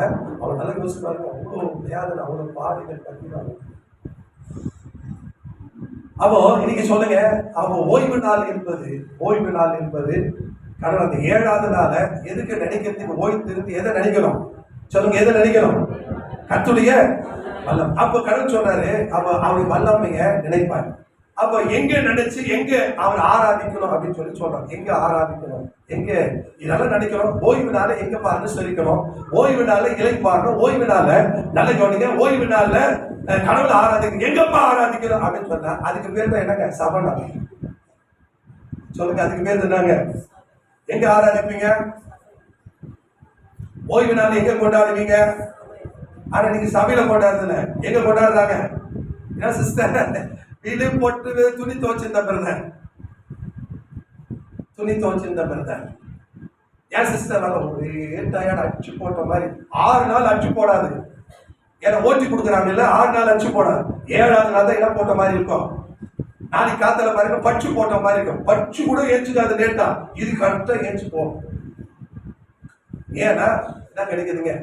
புட்டு கிடைக்குது. எங்க அனுசரிக்கணும்? சபைக்கு வரணும். சபையில தான் அனுசரிக்கணும். முத சபை வந்து எங்க தொடங்குச்சுன்னா, அவன் எகிப்துல இருந்து வரும்போது சபை தொடங்கும். சபைன்ற வார்த்தைங்க தான். சபைனா ஒரு 7 காரியம் பாருங்க. அதுல வேகமா யாத்திரையாக 12ஆம் அதிகாரம் இதுல சபை தொடங்கு. சபையில தான் ஆராதிக்கணும், ஓய்ந்து இருக்கணும். ஓய்ந்து இருக்குது இங்க 2 மணி நேரம் தான்.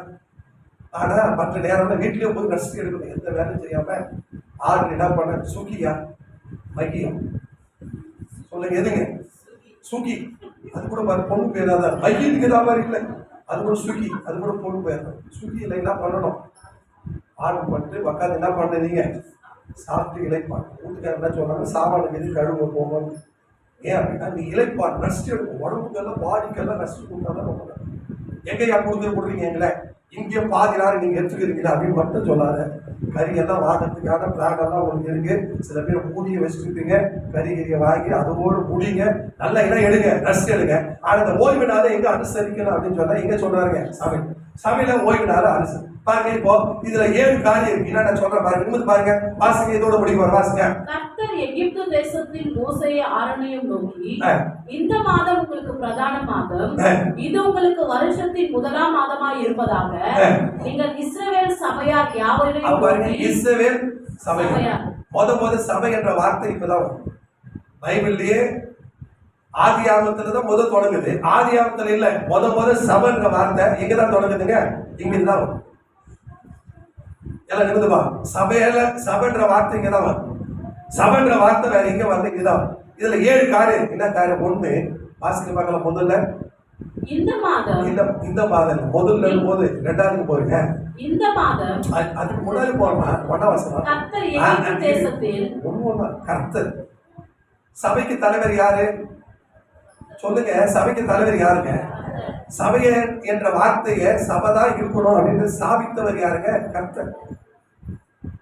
சபைக்கு தலைவர் அவர்தான் பிதா, அவர்தான் எல்லாம் செய்கிறது. சபைனா ஒரு தலைமை கீழே நடக்குதுங்க. இந்த சபைக்கு தலைவர் யாருன்னா கர்த்தர். சபை என்பது ஸ்தாபித்தவர் யாருன்னா கர்த்தர் தான்.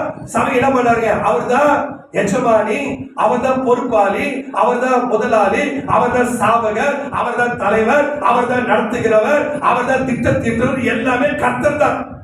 எந்த பேர் சொல்ல பாருங்க. சத்தமா சொல்ல மாட்டேங்கிறீங்களே, சத்தமா நல்லா சொல்ல மாட்டேங்கிறீங்களே.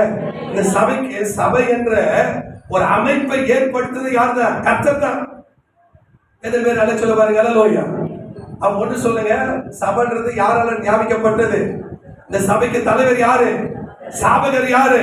நடத்துனர் யாரு? இந்த திட்டம் தீட்டுவர் யாரு? கர்த்தர். கர்த்தர் தான் சும்மா சொல்லுங்களேன். யார் தாங்க? சும்மா இல்ல, உண்மைதான். யார் தான்? சத்தமா சொல்லு, யார் தான்? கர்த்தர். ஒன்று. ரெண்டாவது எகிப்து. எகிப்து என்பது என்ன சொல்லுதுங்க? உலகம். எகிப்துனா ரெண்டு மீனிங். ஒன்று மூணு மீனிங். ஒன்று இருள், ரெண்டாவது உபத்திரம், மூணாவது அடிமை. அப்ப சபை என்பது என்னன்னா, இருக்கிற ஜனத்தை வெளிச்சத்துல கொண்டு வருது, உபத்திரப்படுகிற மக்களுக்கு விடுதலை தருது, அடிமைப்படுற மக்களுக்கு விடுதலை தந்து அவங்களை மீட்டெடுக்கிறதுக்கு பேர் தான் சபை. கர்த்தர் தான் செய்யறார்.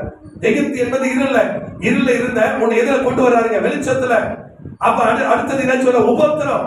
எல்லா உபத்திரத்திலிருந்து உங்களை விடுதலை ஆக்குறது யாருடைய வேலை? கர்த்தருடைய வேலை. எத்தனை பேர் நல்லா சொல்லுவாங்க? அல்லேலூயா. மூன்றாவது, எல்லா அடிமைத்தனத்திலிருந்து உன்னை மீட்டெடுக்கிறதுக்கு பேர் தான் என்னங்க? சபை. எல்லா அடிமைத்தனத்திலிருந்து மீட்டெடுக்கப்படுவேன். நீ எல்லா அடிமைத்தனம் உன்னை விட்டு போவோம். அதுதான் யாருங்க? கர்த்தர் செய்யறவர். அவ ஒண்ணு, கர்த்தர்னா யாரு? சபையை ஸ்தாபித்தவர். ரெண்டாவது எகிப்து. எகிப்து என்பது என்ன? இருள். அப்புறம் என்னங்க? உபத்திரம். மூணாவது என்னங்க? அடிமை. இதுல இருந்து கர்த்தர் மீட்டெடுப்பார். மூன்றாவது என்னங்க? மூன்றாவது வாசிப்போம். இல்லங்க, அதுலயே வாங்க. சோத்ரா. தேசத்திலே மோசேயும் ஆரோனும். இதுல ரெண்டு பேர்ல அண்ணன் யாரு, தம்பி யாரு? ஆரோன். அப்ப இதுல வரும்போது மோசே வந்து நம்ம யார் எடுத்துக்கணும்? ஆரோன். ஆரோன்னா என்ன அர்த்தம்னா போதகர் அர்த்தம். டீச்சர். டீச்சர் அர்த்தம் போதகர். போதகர்னா யாருன்னா போராடி வெற்றி பெறுவதற்கான பலத்தை உபதேசத்தின் மூலம் கொண்டு கொடுக்கிறது தான் யாருன்னா போதகர். ஒரு போதகர் கீழே தான் சபை இருக்கணும். ஒரு ஆரோன் கீழே தான் சபை. தலைவர் ஏசா இருந்தாலும் நடத்துவதற்கு யார் வச்சுக்கிறார்? ஆரோன். அவ நீங்க யாருடைய கட்டுப்பாட்டுக்குள்ள இருக்கணும்னா ஒரு ஆரோனுடைய கட்டு உபதேசம். எப்படிப்பட்ட உபதேசம் அப்படின்னா, போராடி வெற்றியை பெறுவதற்கான பலத்தை உபதேசத்தின் மூலமாக கொண்டு வரும். போராட்டம் இருக்கும், ஆனா போராட்டத்தை அந்த பலத்துல பெறும். எத்தனையாதுங்க? மோசே. அது எதுங்க? எதுங்க? ஆரோன். ஆரோன் என்றால் என்ன? டீச்சர், போதகர். போதகம் என்றால் என்ன? போராடி வெற்றி பெறுவதற்கான பலன். நாலாவது யாருங்க? மோசே. மோசே என்ற எபிரேய வார்த்தைக்கு அர்த்தம் என்ன? ஜனத்திலிருந்து எடுக்கப்பட்டவன். இந்த சபைக்குள் வர வேண்டும் என்றால் ஞானஸ்தானம் எடுக்கணும். நீ சபைக்குள்ள வரணும்னா எது எடுக்கணும்? ஞானஸ்தானம் எடுக்காம எதுக்குள்ள வர முடியாதுங்க? சபைக்குள் வர முடியும். அடுத்தது அத்தியாயம் என்னது வாசிங்க? இந்த மாதம் என்ன அர்த்தம்? அபிப்மார். அபிப் என்றால் என்ன? மூன்று கால். அபிப் என்று சொன்னால் புதிய சிருஷ்டிப்பு, புதிய துவக்கம், எல்லாம் புதிதாக்குவது, நியூ கிரியேஷன் அர்த்தம். அப்ப நீங்க எப்போ ஞானஸ்தானம் எடுக்கிறீங்களோ அப்பவே உங்க வாழ்க்கையில என்ன துவக்கம் வருதுங்க? புதிய துவக்கம் வந்து புதிய சிருஷ்டிப்பு. வரமாட்டேங்குது. சபையை ஸ்தாபித்தது யாரு? கர்த்தர். அப்ப கர்த்தர். ரெண்டாவது எகிப்து. எகிப்து என்றால் என்ன? ஒரு உலகம் வா உபத்திரத்திலிருந்து. மூன்றாவது ஆரோன். ஆரோன் என்ன அர்த்தம்? டீச்சர். நாலாவது மோசே. மோசே என்ன அர்த்தம்? ஜலத்திலிருந்து எடுக்கவன். அஞ்சாவது என்னது? அஞ்சாவது சொல்லுங்க. அஞ்சாவது என்னது? இந்த மாதம். இந்த மாதம் என்ன மாதம்? அபிப் மாதம். ஏப்ரல் மாசம். எபிரேய மீனிங் அபிப் மாதம். அபிப்னா என்ன அர்த்தம்? புதிய சிருஷ்டிப்பு, புதிய துவக்கம், புதிய எல்லாவற்றினாக்குதுங்க, புதிதாக்கு. ஆறாவது இஸ்ரவேல். அப்படித்தான வந்துங்க. ஆறாவது யாருங்க? நீங்கள் இஸ்ரவேல். இஸ்ரவேல் என்றால் என்ன அர்த்தம்? தேவனுக்குள் சேர்ந்து ஆளுகை செய்வார். தேவனுக்குள் சேர்ந்து ஆளுகிறவர், உட்கார்ந்து ஆளுநர். அதான் பாருங்க, எபேசியர் 2:7 அது இருக்கும் பாருங்க. கிறிஸ்துவுக்குள் நம்மை அவரோட எழுப்பி உன்னதங்களில் அவரோட என்ன பண்ணாங்க? அவர் இஸ்ரவேல் என்றால் என்ன? தேவனுக்குள் சேர்ந்து ஆளுகை செய்வது. சபை என்றால் நம்ம தான் இந்த உலகத்தை ஆளும். யாரோடு சேர்ந்து? இயேசுவோடு சேர்ந்து. இயேசுவோடு சேர்ந்து நம்ம ஆளுறது தான் இஸ்ரவேலர். இஸ்ரவேலர் என்றால் என்ன அர்த்தம் அப்படின்னா தேவனுக்குள் சேர்ந்து என்ன செய்யறவங்க? ஆளுகை செய்வது. ஏழாவது என்ன வருதுங்க? சபை. சபை என்றால் அதித் அப்படின்னு அர்த்தம். அதித் அப்படின்ற எபிரேய வார்த்தை. அதித் அப்படின்ற வார்த்தை எபிரேய வார்த்தை அதித். அதித் ADAH என்ன சொல்றாங்க? அதித்தா அடித் அப்படின்னா என்ன அர்த்தம்னா குறிப்பிட்ட நேரம், குறிப்பிட்ட காலம், குறிப்பிட்ட இடம். பாருங்க, சபை என்ற வார்த்தைக்கு அதித் அப்படின்ற வார்த்தை போட்டுக்கிறாங்க. குறிப்பிட்ட நேரம், குறிப்பிட்ட காலம், குறிப்பிட்ட இடம்.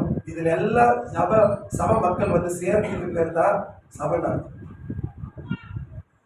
இப்ப நான் உங்களை பார்த்துக்கிற குறிப்பிட்ட நேரம் நம்ம சபை தொடங்க எத்தனை மணிக்கு? நீ எத்தனை மணிக்கு வர? சபைய கடவுளை நீ கனம் பண்றது தலைவர் அவர் நீ கனம் பண்ண குறிப்பிட்ட நேரத்துக்கு வரணும், குறிப்பிட்ட காலம். திங்கட்கிழமையா, ஞாயிற்றுக்கிழமையா, சனிக்கிழமை கூடுறோமா? இப்ப எப்ப கூடிக்கிறோம்? எப்ப கூடிக்கிறோம்? ஞாயிற்றுக்கிழமை வந்துட்டியா? அதுக்கப்புறம் என்னதுங்க? குறிப்பிட்ட இடம் எங்கே? சவுத் ரயில்வே ஸ்டேஷன், டயலா காலேஜ் ரோடு குறுக்கு சந்துல இந்த இடத்துல சரியான இடத்துல வந்து சேரத்துக்கு பேர் தான் சாமி. குறிப்பிட்ட நேரம், குறிப்பிட்ட காலம். கட்ட வண்டிய பக்கத்துல இருக்கிற சிஎன் சபைக்கு போயிட்டியா? நம்ம சபைக்கு கட்ட வந்துட்டு குறிப்பிட்ட இடத்துக்கு வந்துட்டு இதை வந்து சேருது. யாரை கடப்படுறதுன்னா கத்தரை கடப்படுறது.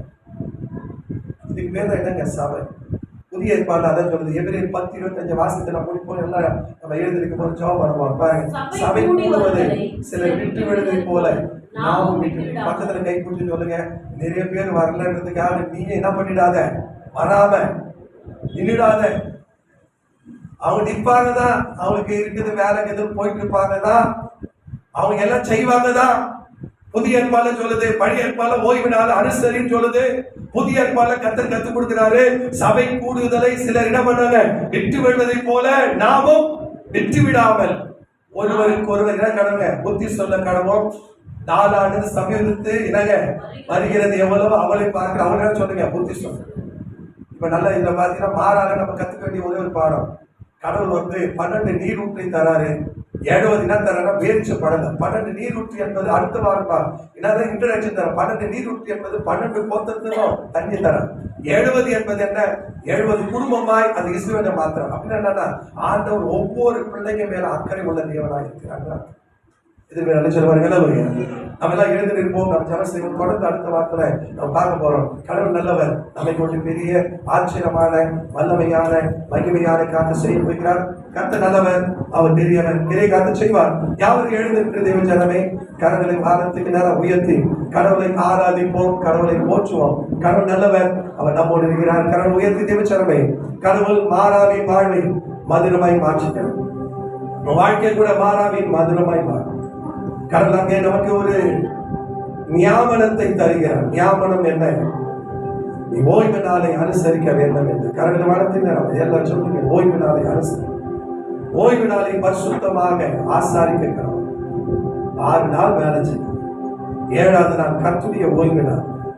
அதுல நீ இளைப்பார். கடவுள் வளர்த்தினர் இளைப்பார். எந்த டென்ஷனும் எடுத்துக்கூடாது. இளைப்பாறுதல் என்றால் வெட்டுல படுக்கிறவங்க. கடவுள் வளர்த்தினர் இதை சொல்லுங்க, இளைப்பாற பழகுங்க. இளைப்பாறுதல் என்ன அர்த்தம்? எல்லா பேர்டனும் தூக்கி வச்சுட்டு என் கடவுள் ஒருவர் இருக்கிறார். நம்ம எல்லாம் பார்க்கணும். இங்க நிறைய பேருக்கு அந்த இளைப்பாறுதல் தான் இல்லாத, ஓய்ந்து இருக்கிறதா என்ன நினைக்கிறாங்க? நான் கஷ்டப்பட்டதா என் குடும்பம் நடக்குது, கஷ்டப்பட்டதா என் வாழ்க்கை இந்த ஓய்ந்து இருக்கிறது. என் தேவன் எல்லாவற்றையும் பார்க்க, கடவுள் வளர்த்தினார் எல்லாவற்றையும் பார்க்க. இளைப்பாறுபாடு ரஷ்டிகள் ஆத்துமாக்கு இளைப்பாறு, சரித்துக்கு இளைப்பாறு, ஆவிக்கு இளைப்பாறுதலை கொடுக்கும். கடவுள் வானத்துக்கிறார். அவங்க கடவுளை வர்ஷிப் பண்ணும், அவர் வல்லமை புகழும். கடவுள் வானத்துக்கிறார். ஓய்ந்திருக்க மாட்டேங்கிறார். இப்போ டென்ஷனாக தாங்க, என்ன நடக்குமோ ஏது நடக்குமோ. இளைப்பாறுதல் என்பதில்லை, அவர் இருக்கிறார், எல்லாத்தையும் பார்த்துக்கிறார். நான் அவரால் மீட்கப்பட்ட பிள்ளை. நீ இளைப்பாறாத இருக்குதுன்னா உனக்குதான் டென்ஷன். அது இளைப்பாறப்பாடு.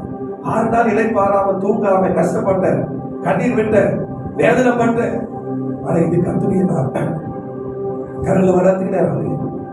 இளைப்பாறப்பாடு. இளைப்பாறு. என் தேவன் ஒருவர் இருக்கிறார், என் ராஜா ஒருவர் இருக்கிறார், என் கர்த்தர் ஒருவர் தேவன் இருக்கிறார். கடவுள் உயர்த்து சொல்லி இளைப்பாறு பழகும்.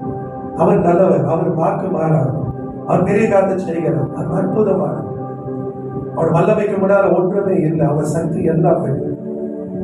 சொல்லுங்க, எல்லாம் இளைப்பாருங்க. கடவுளுக்குள்ள இளைப்பாரு. உன் வேலைக்காரி இளைப்பாரு. அதுல யாரும் ஒரு வேலை செய்ய வேண்டாம். 7வது சொல்றாரு, எகிப்து தேசத்தின் அடிமையா இருந்தது. ஆளுடைய வல்லமையான கரம் உன்னை மீட்டு எடுத்ததை நினைப்பையா கரங்களை உயர்த்து ஆண்டுடைய வல்லமை நினைச்சுப்பாரு. எப்படி இருந்த உன்னை எல்லாத்தையும் மாற்றி கொண்டு வந்த ஆண்டவருடைய வல்லமை நினைச்சுப்பாரு. உயிரோடு இருக்குது. நிறைய பேர் இழப்பின் மத்தியில் இருக்கிறாங்க. எல்லா குடும்பத்துல இழந்தவங்க, நாங்கள் அப்பா அம்மா இழந்தவங்க, தங்கச்சி இழந்தவங்க, அக்கா இழந்தவங்க, எவ்வளோ இழப்பு இருக்குங்க. நம்மள கடவுள் உயிரோட வச்சுக்கிறாருன்னா அது ஒரு நோக்கம் இருக்கு. நம்மள சாக முடியாது இல்லையா? நம்ம வாழ்க்கை குறிச்சு ஒரு திட்டத்தை வச்சுக்கிறோம். எல்லாம் மறித்து போகணும் தான். ஆனா இழப்பின் மத்தியில கூட கடவுள் நம்மை எப்படி மீட்டு வந்தார் என்பதை நினைச்சுப்பாரு. உங்க துதிக்க உங்க நீ உயிரோடு இருக்க. நமக்கு எல்லாருக்கும் மற்றவங்க குறிச்சு, பிள்ளைகளை குறிச்சு கவலை, நம்முடைய எதிர்காலம், நம்முடைய அண்ணன் தம்பிகளை குறிச்சு கவலை, எல்லா கவலையும் தூக்கி போடுங்க. உன்னை குறிச்சு ஒரு கவலை வரும். தேவன் என்ன எப்படி நடத்தினார் உனக்குள்ள நீ முதல்ல தேவனை ஆராதிக்கிறதா இல்லை, குடும்பமாய் ஆராதிக்கிறது. அது குடும்ப ஆராதனை ஈவினிங்ல. இது உன்னை நீயே கடவுளை ஆராதிக்க. உன்னை சிஸ்டித்தார் இல்ல, அவர் இல்லாம உன் பொண்டாட்டி வந்துட்டாங்களா, அவங்க இல்லாம உன் புருஷன் வந்துட்டாரா, அவர் இல்லாம உனக்கு பிள்ளைங்க வந்துட்டாங்க, நீ ஆராதி அவர் ஆண்டவரை, நீ ஆராதி. உன் நடை ஆண்டுடைய வல்லமைதான் என்னை நச்சுக்குள்ளாய் கொண்டு வந்தது. ஆண்டுடைய வல்லமை எங்க ஆராதிக்கணும்? சபை. சபை என்பது யாரு? கர்த்தர் ஏற்படுத்தின தலைவர் அவர்கள். அதுதான் சொல்ல கர்த்தர் என் மீட்பராய் இருக்கிறார். சபை என்ற மந்தைக்குள்ள வந்துட்டீங்கன்னா உன்னை மேய்க்கிற ஆண்டவர் இயேசு இருக்கிறார். கடவுள் சபை உயிர் உள்ளது. டிவியில ஏதோ ஒண்ணு நான் வாட்ஸ்அப்ல போடுறதுனால, யூடியூப்ல போடுறதுனால பார்க்கறது, அதுல ஒரு எழுப்புதல் வர 2ஆம் வரையில போக முடியாது. அவங்களாம் சபை என்பது சரீரமாய் கூடி வருகிற இடம் தான் சபை. ஆன்லைன்ல பார்க்கறது சபை கிடையாது. 1000 இருந்தாலும் அது சபை. 2வது அது உயிர்த்ததுல நம்ம பங்குள்ள பிள்ளைகளை மாறணும். கடவுள் வாரத்துக்கு நம்ம எந்த சொல்லுங்க கத்தா ஆண்டவரே நீ கிருபையாகிரும், என்னை தைரியமாகிரும். சபை என்பது கர்த்தர். 2வது என்ன? எகிப்து. எகிப்திலிருந்து எகிப்துல இருள், உபத்திரம், அடிமைத்தனம் எல்லாத்தையும் கடவுள் மாற்றும். 3வது ஆரோன், ஒரு ஊழியக்காரனுடைய உபதேசத்துக்குள்ள இரு. டீச்சருடைய வேலை என்ன? ஆரோன் என்ன டீச் பண்ணணும்? போராடி வெற்றி பெறுவதற்கான பலன் கடவுள் உயர்த்தி. கிறிஸ்து வாழ்க்கை போராட்டம் இருக்கும். ஆனா வார்த்தை மூலமா பலன் பெற்று, கடவுள் மூலமா பலத்தை பெற்று நீ போராடி ஜெயிக்கணும். பிசாசு உன்னை விடுங்களாமன்னு காத்துக்கிறான். நான் டீச் பண்றேன். யாரை எதிர்த்து நிக்கணும்? அவனோட போராடணும். உன் பலத்துல இல்ல, என்னை பலப்படுத்துற கிறிஸ்துவினால நீ போராடி ஜெயிக்கணும். நீ தோக்க கூடாது, நீ ஜெயிக்கணும், நீ வாழணும். இப்படி நீ டீச் பண்றதுதான். யாருன்னு சொன்னா ஆறும். அடுத்தது மோசே. மோசே என்னங்க? ஜலத்திலிருந்து எடுக்கப்படணும். உன் சபைக்குள்ள நீ வர வேண்டும். மனத்திற்கு நீ ஞானஸ்தானம் எடுக்கணும். ஞானஸ்தானம் எடுத்தாதான் சபைக்குள்ளே வர முடியும். ஞானஸ்தானம் எடுக்காத மக்கள் ஞானஸ்தானம் ஞானஸ்தானம் எடுத்துங்க. இந்த மாதம் மாதம் புதிய சிருஷ்டிப்பு, புதிய துவக்கம், எல்லாம் புதிதாய் மாறும். கடவுளத்தை சொல்லுங்க, நான் ஒரு புதிய சிருஷ்டிப்பு. கடவுளத்தை சொல்லுங்க, நான் ஒரு புதிய படைப்பு. படைசெல்லாம் ஞானஸ்தானம் எடுக்கும் போது போயிடுச்சு. இயேசுவேல் என்னன்னா தேவனுக்குள் சேர்ந்து ஆளுகை சேர்ந்து. இப்பவே நீ ஆள பழகணும். எல்லாத்தையும் ஆளணும். சாத்தான ஆளணும், பிரச்சனைகள் ஆளணும், போராட்டத்தை ஆளணும், கஷ்டங்களை ஆளணும். ஏன்னா உன்னதங்களில் அவரோடு உன்னை சேர்ந்து அவரை செய்திருக்கிறார். அவரோடு சேர்ந்து நீ ஆளணும். கடைசியில சபையென்னா அது அப்படின்னாங்க குறிப்பிட்ட நேரம் கடலை உயர்த்தி எல்லா சபை மக்களையும் 6:30 மணிக்கு சரிச்சுன்னா 6:20க்கெல்லாம் வந்துடும். அதுதான் நீ கர்த்தரை கடன் பண்றதுனால குறிப்பிட்ட காலம் ஞாயிற்றுக்கிழமான சபை கூடணும். குறிப்பிட்ட இடம் கல்வாரி சபைக்கு குறிப்பிட்ட இடத்துல நீ வந்து சேரணும். கர்த்தரை கடன் பண்றது. அதனால பைபிள் சொல்றது புதிய ஏற்பாடு சபை கூடுவதை சில விட்டுவிடுவது போல நான் விட்டுவிடாம செய்யும். அந்த மாறா நமக்கு கற்றுக் கொடுக்கிற பெரிய பாடம். மாறாக்கு அப்புறம் அவங்களுக்கு கடவுள் 12 நீரூற்றி தந்தார். 12 என்பது கோத்திரம், 12 கோத்திரம். அடுத்தது 70 பேரிச்ச பழங்களை தந்தார். அது 70 இஸ்ரவேல் 25 லட்சம் பேரா இருந்தாலும் 70 குடும்பமா இருந்தார். அது எதை குறிக்குது அப்படின்னு வேத பண்டித சொல்றாங்க. கர்த்தர் ஒவ்வொரு மனிதனுடைய வாழ்க்கையில மேல அக்கறை உள்ளவராய் எல்லா கரல வாரத்துக்கு நேரம் போஷிப்பார். மாறாவை சந்தித்த பிள்ளைங்க ஒரு பேரிச்ச பழங்களை சந்திக்கிறாங்க. நீரூற்றை சந்திப்பீங்க. வாழ்க்கை மேல கர்த்தர் அக்கறை உள்ளவராய் இருக்கிறார். ஒவ்வொரு வாழ்க்கையில இருக்கிற கஷ்டப்பை கர்த்தர் மாற்றுவார். சோர்ந்து போவாத பிள்ளைங்க, சோர்ந்து போவாத. கடலை வளர்த்துக்கு நேரம் உயர்த்தி உன் மேல கர்த்தர் அக்கறையாகிறார். ஒவ்வொரு பிள்ளைகள் மேல கர்த்தர் அக்கறையா இருக்கிறார். ஒவ்வொரு பிள்ளைகளை கர்த்தர் ஆஸ்வதிப்பார். மாறாவி நீரை கேடாக மாற்றும் என் நேசன் என்னோடு. சொல்லுங்க, மாறாவி நீரை கேடாக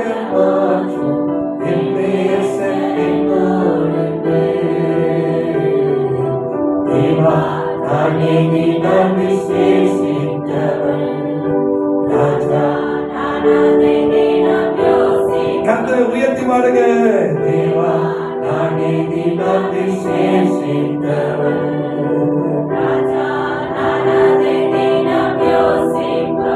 சொல்லுங்க.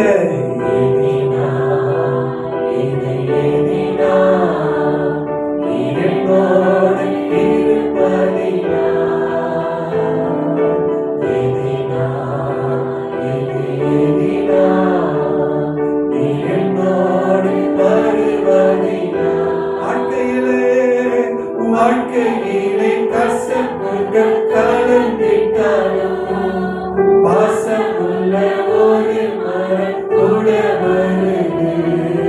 வாழ்க்கையிலே கசப்புகள் சொல்லுங்க. பாசமுள்ள சத்தமா சொல்லுங்க. மாயாவி நீரை தேனாக மாற்றும்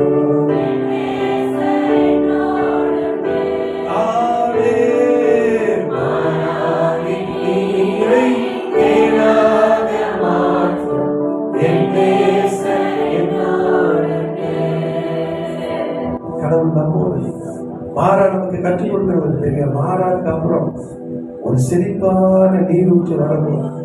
ஒரு செழிப்பான பேரிச்ச படம் நம்முடைய வாழ்க்கையில பார்க்க போறோம். சிவந்த சமுத்திரம் பெரிய அற்புத கடவுள் செய்தது கூட அவங்க வாழ்க்கையில இல்லைங்க. மாறாக்கு அப்புறம் இந்த பேரிச்ச படம் இதுதான் அவங்க வாழ்க்கையில இன்பத்தை கொடுத்தது என்று சொன்னாங்க. கடந்த வாரத்துக்கு நேரம் உயர்த்தி இதை கற்றுக் கொடுக்கிறப்பா கடவுள் ஒவ்வொரு பிள்ளைங்க மேல அக்கறை உள்ளது. அப்பா அம்மா கூட உன் மேல அக்கறை இல்லாமல் இருந்தார். ஆனா உன்னை உருவாக்கிய தேவன் உன் மேல அக்கறை உள்ள கடவுள். சோர்ந்து போவாரு. உன் வாழ்க்கையில் இருக்கிற வறட்சியை மாற்றுவார், நீரூற்றாய் மாற்றுவார். பேரிச்ச பழமாய் உன் வாழ்க்கை இனிப்பாய் செழிப்பாய் மாற்றுவார். பேரிச்ச பழம் என்பதை செழிப்பான். நீதிமான் பனை மரத்தை போல செழிப்பாய் இருப்பார். அந்த பனை மரம் தப்பானது. பேரிச்ச மரம் அது பனாந்தரத்துல செழிப்பாய் இருக்கும். உன் வாழ்க்கை செழிப்பாய் மாறும். வாழ்க்கை நீரூற்றாய் மாறும், மதுரமாய் மாறும். உன் வாழ்க்கை மேல கர்த்தர் அக்கறை உள்ளவராய் இருக்கிறார். ஒருவேளை மனம் உடைஞ்சு வந்திருக்கலாம். ஐயா என் வாழ்க்கை குறிச்சு கர்த்தவங்க கூட என் மேல அக்கறை இல்லாத இருக்கிறாங்க. ஆனால் உன்னை உருவாக்கிற தேவன் அக்கறை உள்ளவராய் இருக்கிறார். உன் வாழ்க்கை வசந்தமாய் மாறும், உன் வாழ்க்கை செழிப்பாய் மாறும், உன் கண்ணீர் மாறும், உன் கசப்பு மாறும். உன் எதிர்காலத்தை கர்த்தர் பிளஸ் பண்ணுவார். சோர்ந்து போவார். ஒரு நபர் ஒரு நபர் எல்லாம் கர்த்தர் உயர்த்தி சொல்றார். உன் தேவன் உன் வாழ்க்கை குறிச்சு பெரிய திட்டத்தை வைத்திருக்கிறார். உன் ஏனிய கூற மேல போட அவர் விட மாட்டார். உன் ஏனிய பரலோக வரைக்கும் போடு. உன்னை அவ்வளவாய் உயர்த்துகிற கடவுள், அவ்வளவாய் உயர்த்துகிறவன். யாரு ஏமாத்தினாலும், யாரு வாழ்க்கையில இழந்தாலும் இழக்காத நேசர் உங்களோடவே இருக்கிறார் என்பது அக்கறை உள்ள கடவுள் வாழ்க்கையில சொல்லுவோம். கடந்த வாரத்துக்கு நேரம் உயர்த்து. என் தேவன் என்னோடு இருக்கிறார், என் தேவன் என்னோடு இருக்கிறார். அவரை கனம் பண்ணு, அவரை கனம் பண்ணு. சபைக்கு வா, குறிப்பிட்ட நேரத்துக்கு வா, குறிப்பிட்ட காலத்துக்கு வா, குறிப்பிட்ட இடத்துக்கு அவரை கனம் பண்ணு. உன் ராஜாவை கனம் பண்ணு, கர்த்தரை கனம் பண்ணு. கடந்த வாரத்துக்கு நேரம் வந்து என் வாழ்க்கை மேல அக்கறை உள்ள கடவுள். நீ திரும்ப அனுபவிக்கும் போது உன் சொந்தம் கூட உங்களோட இருக்க மாட்டாங்க. நீ திரும்ப அனுபவிக்கும் போது மகளே நான் உங்களோட இருக்கிறேன். இதை உன்னால மேற்கொள்ள முடியும், உன்னால இதை மீண்டு வர முடியும். நான் உன்னை பலப்படுத்துறேன், நான் உனக்கு சகாயம் பண்றேன். நீ உன்னால முடியும். நான் செத்துறேன் இல்ல, சாகாத நீ வாழ போற. உன் வாழ்க்கையுடைய ஏணி ஒரு கூரை மேல இல்ல, உன் வாழ்க்கையுடைய ஏணி ஒரு பரலோகத்தின் மேல, வானத்தின் மேல இருக்கு. அவளை வாழ உயர்த்த போறேன். சோர்ந்து போகாது. உன் மேல அக்கறை உள்ள கடவுள். உன் கவலை எல்லாம் பிள்ளைங்க மேலதான். அந்த கடவுள் சொல்ற, நானே உன் மேல அக்கறை ஆகிறேன். வயிற்றுல பிறந்த பிள்ளைங்களை நான் விட்டுருவானா? நான் விட்டுருவானா? உன் தலைமுடியெல்லாம் நான் எண்ணி வைத்திருக்கிறேனே, உன் மேல நான் அக்கறையா இருக்கிறேன். நிச்சயமா நான் உன் வாழ்க்கையில வசந்தத்தை நான் பொறுக்க செய்வேன். நீரூற்று உண்டாகலாம். உன் வாழ்க்கையில செழிப்பான பேரிச்ச பழங்கள் உண்டாகும். நான் உன்னை ஆசீர்வதித்து நான் உன்னை உயர்த்துகிறேன். கடந்த பட்சத்தில் இருக்கிற பெரிய காரணம் எல்லா கரங்களை உயர்த்தி ஜெபம் பண்ணுவோம். அடுத்த வாரம் மீதியான ஒரே ஒரு வாரம் மாத்திரம் அந்த பாறைகளை நம்ம பார்ப்போம். அடுத்த வாரத்தில் அன்றாட வாரத்தில் புதிய செய்திகள் நாம் ஜெபம் செய்வோம். என் வாழ்க்கையில கரங்களை உயர்த்தி கத்தரை சொல்லுங்க, ஆண்டவரே என் மேல அக்கறை உள்ள கடவுள் நீர் இருக்கிற என்பதை நம்பி போறானவர், நான் நம்பி போறானவர். என் வாழ்க்கை படிய ஆண்டவரே ஏனிய நான் கூற மேலதான் வச்சிருந்தேன், இனி வானத்து மேல வைக்க போறேன். என் தேவன் அவ்வளவாய் உயர்த்த போறேன். என் வாழ்க்கை குறித்து வைத்திருக்கிற பெரிதான திட்டத்திற்காக நன்றி சொல்லிருக்கிறார் என்று ஒப்புக்கொடுங்க. ஆண்டு கிட்ட பொறுத்துணையோட கரவல் கேட்டு சொல்லுங்க, ஆண்டவரே வாழ்க்கையில மனம் உடைஞ்சு போய் தான் வந்தேன், வேதனையோடு தான் வந்தேன், என் மேல அக்கறை காட்டுறதுக்கு யாருமே இல்லைன்னா மன கசப்போட வந்த மாறா மாதிரி. ஆனா என் கசப்பை நீ கல்வாரில ஏற்றுக்கொண்டு நீர் எனக்குள் வந்ததினாலே என் கசப்பை இனிப்பாய் மாற்றின என் தேவனே, வனாந்திரத்துல நீரூற்றை 12 நீரூற்றை கொடுத்து என்னை ஆளுகை செய்கிறவரே, என் வாழ்க்கை வனாந்திரத்துல செழிப்பாய் மாற்றுகிற வெளிச்ச பணமாய் இருக்கிற கடவுளை உன்னை நம்பிதான் நான் போறேன். ஏன்னா நீங்க சொல்லிட்டீங்க என் வாழ்க்கை மேல நான் அக்கறையாக இருந்தேன். உன் வாழ்க்கை மேல கத்திர அக்கறையா இருந்தேன். பெருகாட்சி ஜெபம் செய்வோம். கடைசியாக உங்க ஜெயராஜிங்க முன்னாடி வந்து நமக்காக ஜெபம் பண்ணுவாங்க. நன்றி ராஜா, உமை துதிக்கிறோம், உமை போற்று, சர்வ வல்லவரே சொல்லுங்க. ஹல்லேலூயா.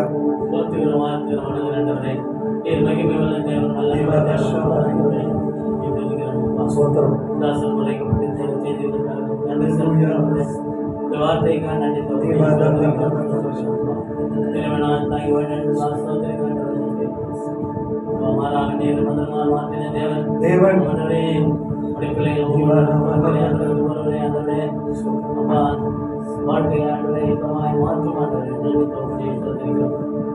வாழ்க்கை செயல்பாடு ஆத்மாக்களை